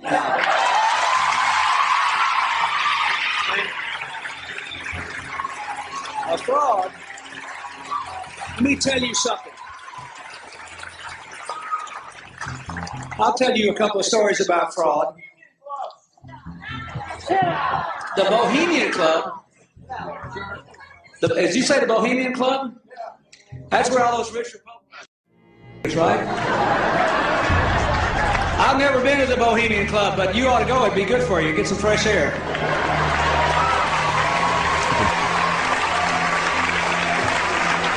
Donc Lucifer serait notre Dieu, serait celui qui est notre bienfaiteur. Alors, encore une fois, on va poser des questions. Comment se fait-il que les gens qui vivent des expériences de mort imminente voient Jésus très, très souvent, mais jamais Lucifer? Alors, j'aimerais voir, peut-être que je me trompe, j'ai étudié la question, les expériences de mort imminente, il y a beaucoup de témoignages, et tout le monde ne voit pas Jésus, beaucoup de gens croient voir Dieu, mais la plupart voient Jésus, ceux qui n'étaient même pas chrétiens ou n'étaient pas croyants. Mais en aucun cas, on ne voit des hommes ou des femmes qui font une expérience de mort imminente et qui sont en présence de Lucifer. Donc là encore, ça nous pose la question, si Lucifer, le dieu de notre planète, comme le dit Elena Blavatsky, comme le disent tous ceux qui avancent la doctrine de Lucifer ou de Prométhée, comme le fait par exemple Rudolf Steiner, qui lui aussi était un théosophe. Donc lui aussi nous propose l'idée qu'il y a Lucifer et Ahriman. Donc Ahriman, ce serait le diable et Lucifer le porteur de lumière. Donc là encore une question importante. Autre question, les guérisons miraculeuses. les gens qui ont des guérisons, comment est-ce que ils arrivent à ces guérisons? Il y a beaucoup de gens qui font des guérisons miraculeuses. Comment? Est-ce qu'ils prient Lucifer ou est-ce qu'ils prient Jésus? Au livre des Actes, chapitre 3, verset 6, « Alors Pierre lui dit, « Je n'ai ni argent ni or, mais ce que j'ai, je te le donne. Au nom de Jésus-Christ de Nazareth, lève-toi et marche. » In the name of Jesus. Deaf ears, open in the name of Jesus. I went to the people and said, no, let me testify this. I was deaf. I'm telling you, I am standing here, I can hear, I can be able to speak again. I will walk again for my work and then I will feel very, very nice. I thank God. Hallelujah. Hallelujah. Thank God. You know who has healed you? It's messenger of the Lord Almighty God. What's his name? Jesus. Jesus. And then I know. Donc les guérisons, c'est pas au nom de Lucifer qu'elles se font, c'est des guérisons qui se font au nom de Jésus.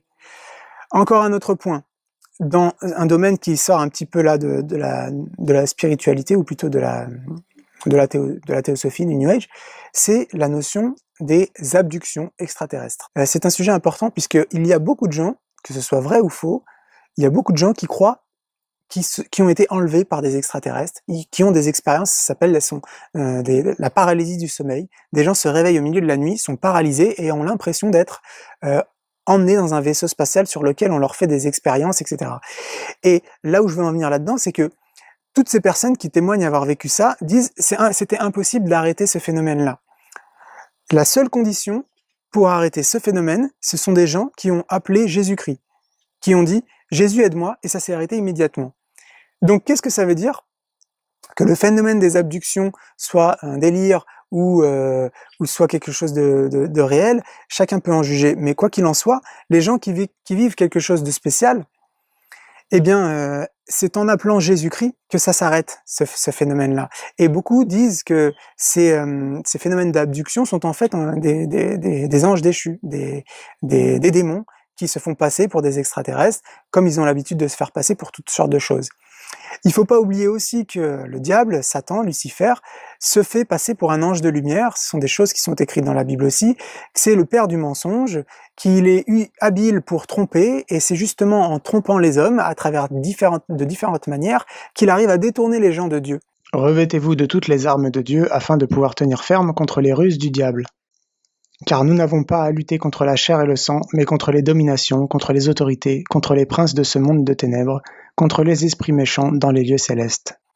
Et donc, la théosophie, c'est une des manières, de mon point de vue, dont le diable, Lucifer, travaille pour détourner les hommes de Dieu. Non pas en leur disant immédiatement adorer le diable comme font les sataniques, mais en ayant une doctrine pernicieuse dans laquelle on mélange des choses positives, des enseignements vertueux, comment acquérir certaines vertus, on donne un peu des connaissances, mais on mélange avec une doctrine pernicieuse qui dit que finalement l'homme doit adorer lui-même.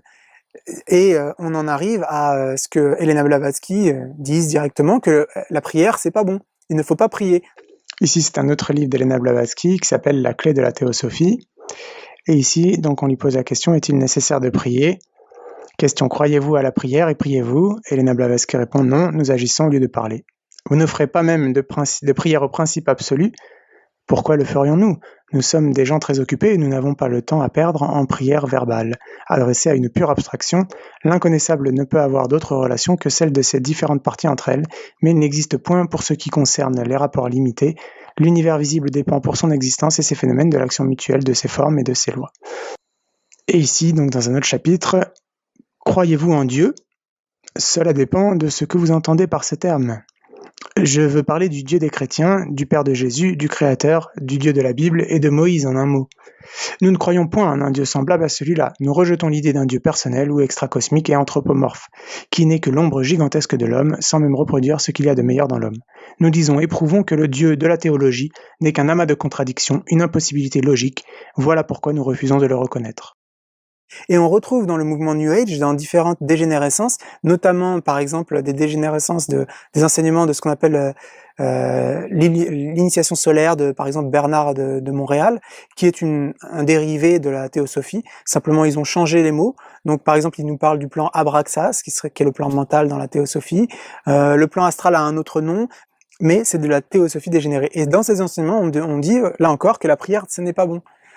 Alors ici, on est sur la chaîne YouTube d'une Québécoise qui transmet des enseignements. Donc elle aussi, elle est en contact avec ses guides. Mais ce qui est particulier avec elle, et pourquoi je parle de ça, c'est parce qu'il y a plusieurs personnes qui m'ont posé la question sur les enseignements de Bernard de Montréal. On m'avait demandé aussi de donner mon avis sur cette chaîne YouTube en particulier.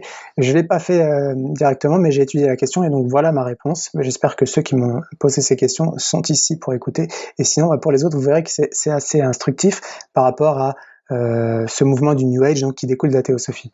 Donc sur ce blog là de cette personne, on voit qu'il y a donc pas mal de vidéos et donc il y a un enseignement assez spécial pour le moins qu'on puisse dire, mais on retrouve ici par exemple là dans cette vidéo le rêve, le plan imaginal et Abraxas.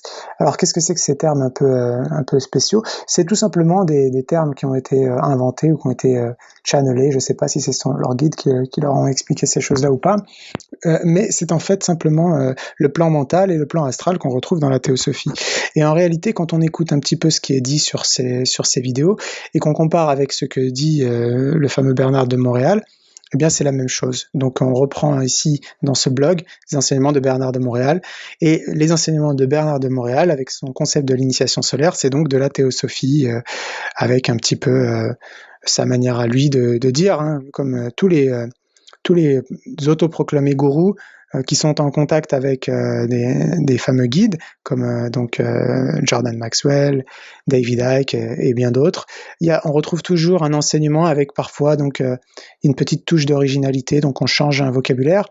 Mais quand on connaît la structure des idées de la théosophie, eh bien on se rend compte qu'en fait c'est la source, c'est les écrits d'Elena Blavatsky, et tout ce New Age ressort les mêmes concepts avec un vocabulaire différent. Et là où je voulais en venir, donc, c'est que la prochaine étape de ce mouvement New Age, ou en tout cas une partie d'entre eux, pousse à la sortie de la prière. Comme Elena Blavatsky nous disait qu'il ne faut pas prier, eh bien, il n'est pas étonnant de se retrouver dans ce type d'enseignement New Age, que la prière, c'est pas bon. Donc j'avais entendu ça directement de la bouche de cette madame qui avait fait cette chaîne YouTube. J'ai pas retrouvé la vidéo parce que j'avais écouté ça un moment quand les gens m'avaient posé la question, mais j'ai retrouvé la preuve de ce que j'avance sur le blog, donc Supraconscience Vibratoire. Donc c'est le blog de cette femme, et on trouve ici donc en fait c'est un blog, et les vidéos qu'on trouve sur YouTube sont les articles qu'elle a publiés sur son blog. Et ici donc son article s'appelle Le phénomène de la pensée, et quand on cherche donc dans les commentaires, donc là ce sont des gens qui posent des questions, donc unknown, bonjour, bonsoir. Et puis, c'est donc Iso V. Sinclair, donc la personne qui fait ce blog, qui répond. Et donc, qu'est-ce qu'elle nous dit? Elle nous dit « La prière est totalement inutile et une initiation solaire détruit toute idée reliée à cet état de prière. » Donc voilà où ça mène la théosophie, voilà où ça mène le New Age qui s'inspire de la théosophie, de guides ascensionnés ou autres. Eh bien, on nous dit qu'il ne faut pas prier. Il faut bien comprendre une chose, c'est que l'idée de Satan et de Lucifer même, elle est basée sur la notion de Satan et de Lucifer telle qu'elle est dans la Bible. Parce que la doctrine secrète et Elena Blavatsky, comme on l'a vu dans les différentes citations que j'ai données plus tôt, elle se base sur le nom de Satan et Lucifer. Elle nous invente pas un nouveau dieu ou une autre théorie. Elle parle de ce nom-là qui est dans la Bible et elle lui donne une autre interprétation. Donc il faut bien comprendre que la théosophie, le New Age, la franc-maçonnerie sont entièrement liés à la Bible, mais entièrement pour détruire les enseignements de la Bible. Ce ne sont pas quelque chose de nouveau, quelque chose qui soit à côté de la Bible. C'est vraiment construit sur la Bible, mais pour détruire ce qui est dans la Bible. Et c'est pas étonnant si toutes ces écoles de mystère datent de l'époque de Nemrod. Nemrod fait partie donc d'un descendant de Noah après le déluge. Le déluge fait aussi partie des choses dont parle la théosophie. Elle reconnaît le déluge, sauf qu'elle l'enseigne d'une autre manière en disant que à un moment donné il y avait les Atlantides et puis comme ils avaient fait trop de magie noire, le Logos a envoyé le déluge. Ensuite, il y a l'idée que le mal est nécessaire et qu'il n'y a pas de mal absolu et que tout est relatif. Voilà encore un extrait de La doctrine secrète d'Elena Blavatsky, page 1200, il est écrit « La philosophie ésotérique n'admet ni bien ni mal per se comme ayant une existence indépendante dans la nature. On découvre la raison d'être de tous deux en ce qui concerne le cosmos dans la nécessité des opposés, des contrastes, et en ce qui concerne l'homme dans sa nature humaine, son ignorance et ses passions. » Alors là, moi je pose la question aux gens ici qui m'écoutent, de quelle manière est-ce que des gens qui mangent des enfants, après les avoir torturés, est nécessaire pour l'évolution spirituelle? Nearly every pagan cult that ever existed, and many of them still exist today in secret, was built upon sexual perversion and the abuse of the innocent.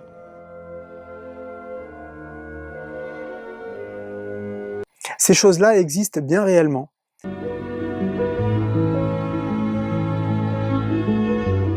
Ich bin Ellen Engel, bin Rechtsanwältin für Strafrecht in Berlin. Seit ungefähr 15 Jahren mit dem Thema ritualisierte Gewalt vertraut nicht, aber im Laufe der Zeit habe ich mir dazu eine ganze Menge Wissen angeeignet und viele Mandantinnen und Mandanten getroffen. Ich habe eine Vielzahl von Kindern vertreten. Et elles existent dans le satanisme, mais la torture d'enfants, le viol d'enfants et compagnie se trouve aussi dans la franc-maçonnerie.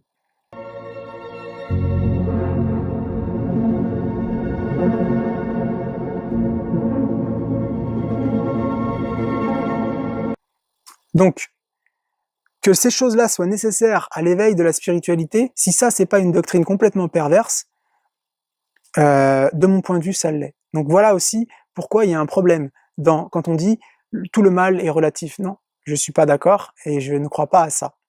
Tout simplement, puisqu'il existe effectivement un mal absolu, il y a des choses qu'on peut dire et affirmer, ceci est mal absolu.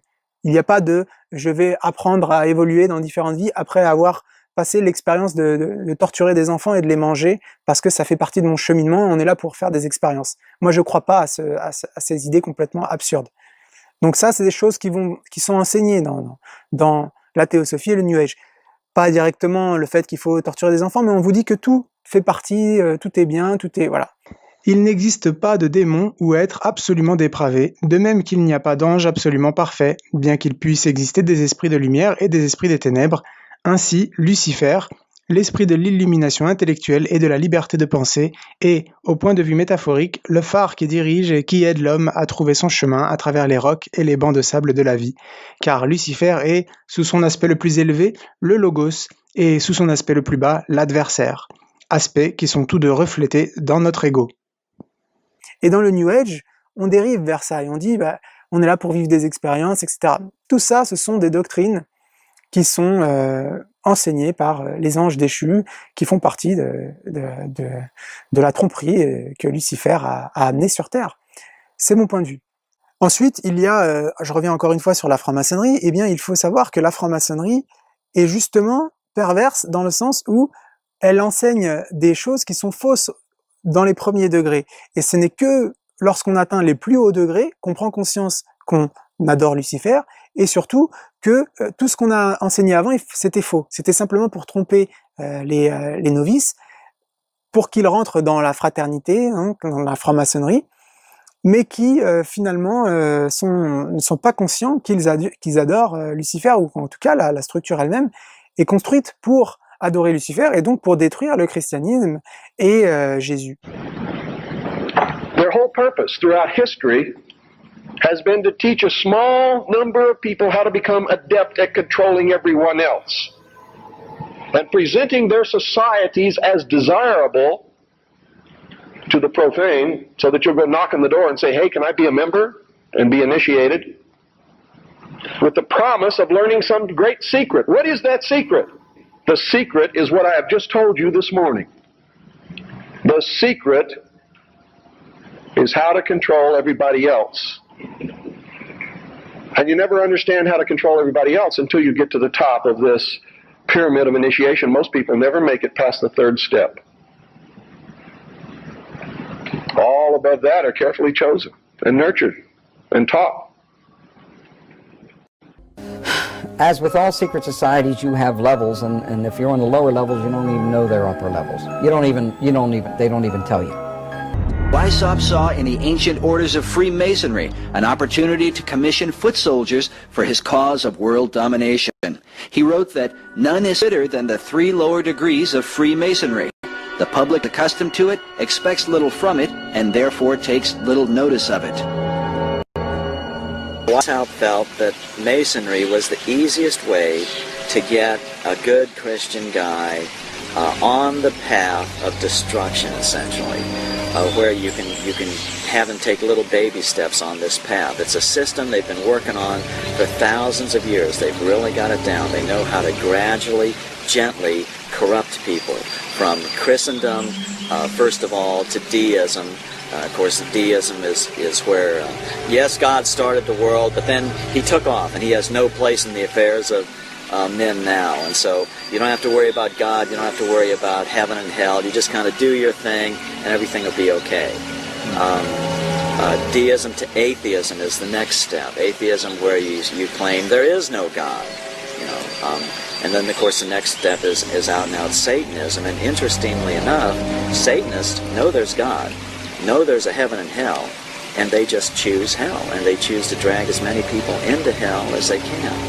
Le fait d'éloigner les gens de la Bible, non seulement ça permet ça permet à ce que les gens ne soient pas conscients de ce qui est écrit dans la Bible et donc ne se rendent pas compte que finalement, c'est en fait des choses qui sont écrites dans la Bible, qui sont enseignées, mais cette fois-ci de manière pervertie. Mais surtout, on leur fait pas prendre conscience du fait qu'il y a un jugement à la fin des temps, qu'il y a une fin des temps, qu'il y a des signes prophétiques qui amènent la fin des temps, et le nouvel ordre mondial est justement ce qui va précipiter la fin des temps. Puisque l'objectif de toutes ces sociétés secrètes, c'est de remettre sur pied ce qui a été créé du temps de Nemrod, c'est-à-dire un empire global qui adore Lucifer à travers des êtres humains. Nemrod et Sémiramis, c'était en fait un intermédiaire avec Lucifer derrière. Et l'idée du nouvel ordre mondial, c'est d'avoir donc une société d'illuminés, c'est l'objectif de la franc-maçonnerie. Le nouvel ordre mondial, il est amené par la franc-maçonnerie. When our founders declared a new order of the ages, they were acting on an ancient hope that is meant to be fulfilled. Et leur vision, c'est une vision de société pyramidale avec des illuminés en haut, une classe intermédiaire, donc les policiers, les militaires, les exécutants, et puis une classe d'esclaves en bas, avec en haut le diable, Lucifer, qui est adoré. Et c'est ça l'objectif qu'ils visent. Maintenant, il y a des documentaires qui expliquent ça très bien, donc je vais le mettre dans la référence. Ceux qui veulent en savoir plus, prenez le temps d'aller voir ce documentaire. In Masonry, they say that the name of God has been lost. In a later degree, in the Royal Arch degree, the 7th degree, the name that was lost is now found. The men form an arch with their arms and say that God's name is Jabulam, which is the joining of Jehovah, God's name, with the pagan gods Baal and Osiris. And according to the Royal Arch Masons, they call this the Grand Omnific Word.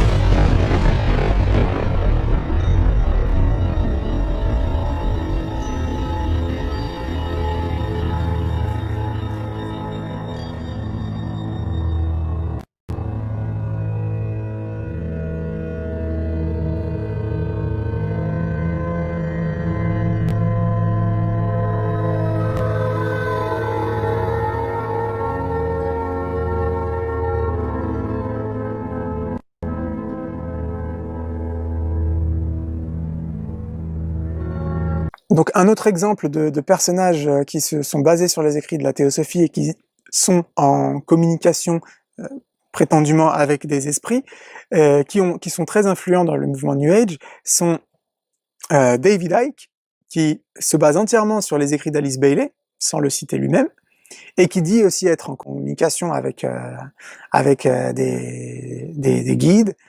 David Icke's most influential source. They tell him what to write, what to say, what to wear, what to believe and what not to believe, and he calls them the guys. The beings which we call the guys told us about. You call them the guys? The guys, yeah. David often says that these beings have always guided him. It was the same beings that originally contacted him that are still guiding him. Well, I've been on a long journey of nearly 20 years now, consciously doing this, and some force has been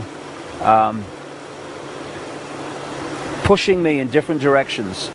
Et puis, il y a Jordan Maxwell, qui lui aussi accorde une grande importance à Elena Blavatsky et à ses écrits, et qui lui aussi le dit directement, qu'il était en contact avec des entités, et qu'il leur a dit je suis prêt à travailler pour vous du moment que vous me laissez en vie et que vous me donniez ma récompense. And I said to them, I said, look, I know you're here, okay? And I want you to know that I don't mind doing whatever it is I'm supposed to do. If I've got a destiny in life or a mission or whatever it is, I don't mind doing it. But if it has something to do with you, then I'm going to ask you for two favors. Do not abduct me, because I don't want to go anywhere. And don't frighten me in my bedroom. I don't want to wake up and find something in my bedroom I can't handle, okay? So don't mess with me, and don't scare me to death, and I don't want to go anywhere. But if I'm supposed to do something, if there's a divine plan of some sort where I'm supposed to play, then open the doors, show me what I am to do, and leave me alone. I believe, as an article of my faith, that there are individuals on the earth today who are, for a lack of a better term, divinely ordained in their position of power. And I don't know if that makes me happy or not, but I'm smart enough to accept it and realize that, I guess for a lack of a better way of saying it, someone has to run the world. And if they are here, and they have come here from another place and another time, they have extraordinary wisdom, power, and knowledge, then I see no problem with this. I accept that there are powers over us, and I think that they will reward you for your diligence and your intelligence. If you intend to be stupid, then let them. The implications here may not seem like much to those that are unschooled in the Old Testament, in Old Testament theology, and those that don't understand who the sons of God are. And these sons of God are who Jordan Maxwell is telling you are going to reward him for being smarter than everyone else. And anyone else that wants to get in on the mystery schools and learn forbidden knowledge, hidden knowledge, occult knowledge, however you want to term it, they will then be rewarded for learning the Illuminati system and language of symbols. The world can therefore seize this opportunity to fulfill the long-held promise of a new world order. We can find meaning and reward by serving some higher purpose than ourselves. En ce qui concerne Manly Hall, qui lui aussi était un franc-maçon de 33e degré, lui-même le dit dans ses écrits que la franc-maçonnerie est une société secrète dans une société secrète, que le but c'est de manier l'énergie luciférienne, et que le but c'est d'arriver à faire une société d'illuminés qui régnerait sur le monde sans qu'il y ait, pour qu'il y ait plus de problèmes sur Terre. J'ai encore laissé des vidéos sur ma chaîne YouTube. Là encore, donc, on mélange des choses positives et des choses négatives. Donc, Manly Hall a fait des milliers de conférences. Certains de ses enseignements sont positifs, puisqu'il explique comment développer les vertus, encore une fois. Et c'est justement à travers ce genre de discours qui sont positifs qu'on est attiré. Personnellement, c'est de cette manière-là que je suis arrivé à traduire des textes de Manly Hall, parce que je pensais qu'ils étaient positifs. En soi, les idées sont positives, mais derrière, l'objectif plus grand de la franc-maçonnerie est négatif. C'est différent de la théosophie, puisque Manly Hall a touché différents sujets. Il y a des sujets qui ne sont pas directement des sujets de franc-maçonnerie. Et donc, je vais faire une sélection et je vais peut-être laisser simplement les choses qui peuvent servir et supprimer ce qui est pernicieux. On sait aussi, par exemple, que les francs-maçons sont à l'origine de tous les mouvements communistes qu'il y a eu, les révolutions communistes, et qui sont toujours des révolutions pour supprimer la religion. Donc, par exemple, en France, Robespierre, les Jacobins, c'était des loges franc-maçonnes. Robespierre était franc-maçon. Ensuite, on a eu la déchristianisation en France pendant quelques années, juste après la Révolution française. Ensuite, il y a Marx, qui était un franc-maçon, même satanique dans ses écrits directement. Ensuite, il y avait Lénine, Staline, qui étaient des francs-maçons aussi, et qui ont amené une révolution pour supprimer la religion, l'athéisme. Donc, si la franc-maçonnerie travaille pour la lumière, l'intellect et le bien-être de l'humanité, alors à ce moment-là, comment se fait-il qu'à chaque fois, ce sont des révolutions qui se font dans le sang, qui détruisent beaucoup de choses et qui éloignent l'homme de la religion? Encore une autre question qui est très difficile de répondre quand on s'attache à la doctrine que Lucifer est un porteur de lumière, c'est la question de la possession démoniaque. On a vu dans les vidéos d'exorcisme que les gens qui sont possédés par un démon, ces gens-là sont soignés quand on invoque le nom de Jésus, ou qu'on utilise la Bible pour chasser les démons. Dans la Bible, Jésus-Christ a chassé des démons dans beaucoup de personnages. Quand le père Matthieu interroge une personne possédée qui lui demande quel est ton nom au démon, et que le démon répond Lucifer. Quand je lui ai demandé Dic Mequinamentum, il m'a répondu Lucifer. Donc, comment est-ce qu'on explique ça, si Lucifer est l'ange de lumière qui est là pour nous aider, le dieu de cette planète? Dis la verità a questa signora, esiste o non esisti tu? Il demonio esiste o non esiste? Esiste il demonio! Come fai a dimostrarlo? Come fai a dimostrare che esiste? Tutto! Ma questo... Io esisto! E chi non ci crede bene! Ma questo...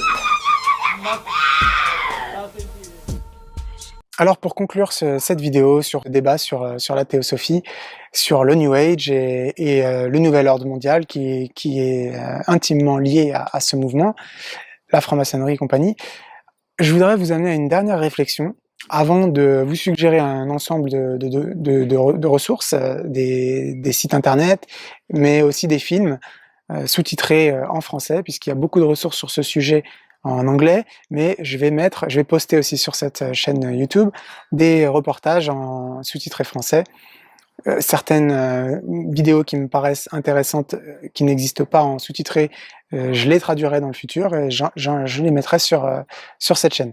Mais avant, je voudrais vous amener à une réflexion. Il y a dans la finance de marché, une situation classique où, par exemple, quelqu'un fait un investissement, il utilise son capital et il place de l'argent disons dans une action, dans un fonds monétaire en bourse.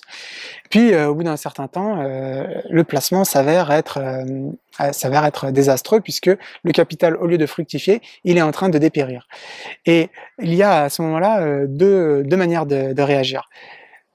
Un type de profil de personnes se disent, bon, je vais couper mes pertes maintenant, je me suis rendu compte que j'ai fait un investissement qui n'est pas bon, je m'arrête ici, je récupérerai pas le capital que j'ai perdu, mais au moins, je ne vais pas descendre plus bas, et je peux redémarrer sur un autre investissement plus tard et me refaire autrement.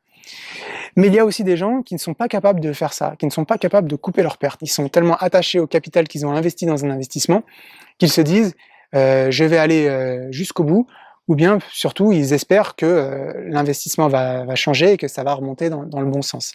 Voilà, donc je voudrais faire un parallèle par rapport à cette idée-là, par rapport à cette notion, avec tout ce débat sur la notion de la doctrine luciférienne et du christianisme, puisque j'ai essayé de le démontrer, je ne sais pas si ça a été réussi, mais il y a un lien très fort entre la doctrine luciférienne et la doctrine chrétienne, qui sont en opposition directe. La doctrine chrétienne dit que Lucifer est l'adversaire de Dieu, et que ceux qui suivent Lucifer, ceux qui suivent Satan, finalement perdront la vie éternelle, puisque c'est l'adversaire de Dieu, et c'est justement le but de Lucifer, du diable, de tromper le plus d'êtres humains possible pour qu'ils soient détruits, tout comme Lucifer sera détruit à la fin des temps, le jour du jugement dernier, lorsque Jésus reviendra sur la planète Terre. Donc, si on suit le christianisme, qu'on considère que la vérité se trouve là, et qu'on s'est trompé, on peut se tromper, il se peut qu'il y ait une erreur et que finalement c'est la doctrine luciférienne qui serait la vérité. Qu'est-ce qu'on risque en ayant cru au christianisme et aux enseignements de Jésus? Eh bien, on aura simplement vécu une vie vertueuse, si tant est qu'on a essayé d'appliquer les enseignements de Jésus, et lorsqu'on mourra, eh bien, on se réincarnera, si la vérité se trouve dans la doctrine luciférienne, dans une vie suivante, et on avancera petit à petit jusqu'au jour où on sera suffisamment élu pour toucher aux enseignements théosophiques et atteindre petit à petit vers le Graal et l'illumination à travers Lucifer. Finalement, c'est ça. Si le christianisme est une erreur et que la vérité se trouve dans Lucifer, lorsqu'on mourra, il n'y a pas de problème, on se réincarnera et puis on finira par trouver que Lucifer est Dieu.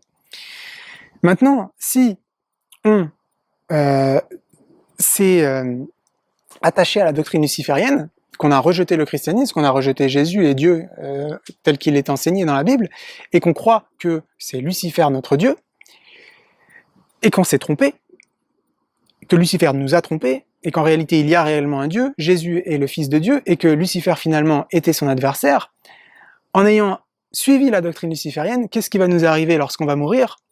Eh bien, on sera perdu, comme il est écrit, et comme Lucifer lui-même sera perdu lorsque son temps sera écoulé. Donc il y a là quand même un enjeu très important. L'idée, c'est pas de jouer sur la peur, mais vraiment de mettre en lumière cette problématique, parce que c'est quand même très important de bien s'éclairer et de bien comprendre quels sont les enjeux. Et si la doctrine luciférienne est une doctrine trompeuse, il est important de le vérifier par soi-même. Et si la doctrine luciférienne est une vérité, il est aussi très important de s'en convaincre. Et pour ça, il est important d'étudier, et il est important d'étudier l'adversaire.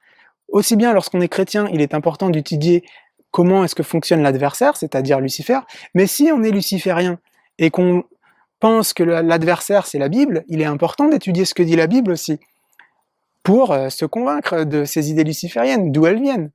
Et c'est pour ça que je suggère très fortement à ceux qui sont encore dans le doute, ceux qui s'accrochent à Lucifer, ceux qui veulent pas couper leur perte, eh bien, prenez quelques heures pour regarder des documentaires, étudier la position de la Bible sur ces choses-là. Quel est le risque de perdre 10, 15 heures au maximum à étudier la question? Et peut-être que certains d'entre vous, je vous le souhaite, se rendront compte que la doctrine luciférienne est une doctrine qui vise à la perte de l'humanité et à la perte des âmes individuelles qui le suivront. Je le dis comme je le crois, je le dis comme je le pense, et je le dis du fond du cœur. Je le dis, j'étais relativement, touché, ému dans la première vidéo, parce que voilà, je me sentais un peu coupable par rapport à ça, puisque j'ai propagé ces enseignements de la théosophie, je ne savais pas ce que ça voulait dire. Mais aujourd'hui, je considère avoir dit tout ce que j'avais à dire par rapport à ces choses-là.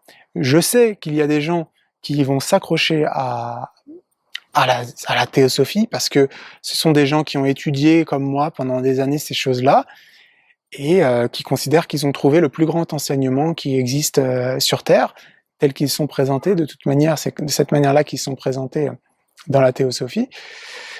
Mais j'espère sincèrement que ceux qui ont appris l'existence de la théosophie via cette chaîne internet, eh bien, auront les moyens de se rendre compte de ce qu'il y a derrière.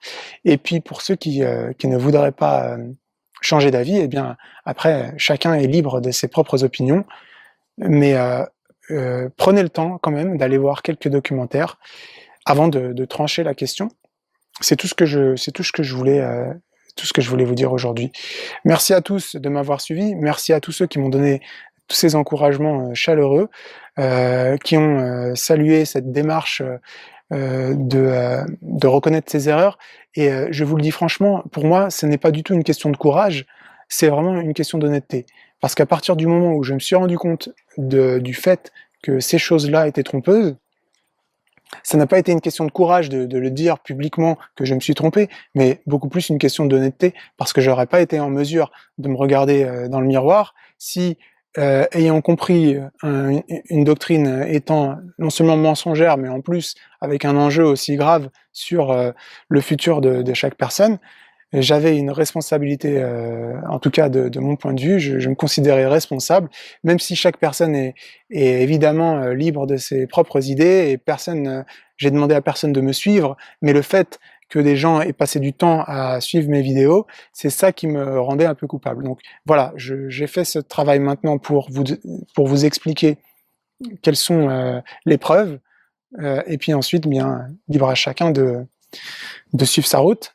Je vous souhaite à tous donc une bonne continuation dans votre recherche, et je vous promets donc de nouvelles ressources sur cette chaîne, dans une direction, vous l'aurez compris, un peu plus chrétienne que la direction qu'elle avait pris précédemment. Merci à tous pour votre soutien, pour votre temps, et que Dieu vous bénisse. Et en fait, ce qui m'a plu, j'en ai rien à foutre. Ce qui me dérange, c'est qu'il y a des gens qui le suivent. Ça me dérange. Et en fait, ce qui m'a plu, j'en ai rien à foutre. Ce qui me dérange, c'est qu'il y a des gens qui le suivent. Ça me dérange. Et en fait, ce qui m'a plu, j'en ai rien à foutre. Ce qui me dérange, c'est qu'il y a des gens qui le suivent. Ça me dérange.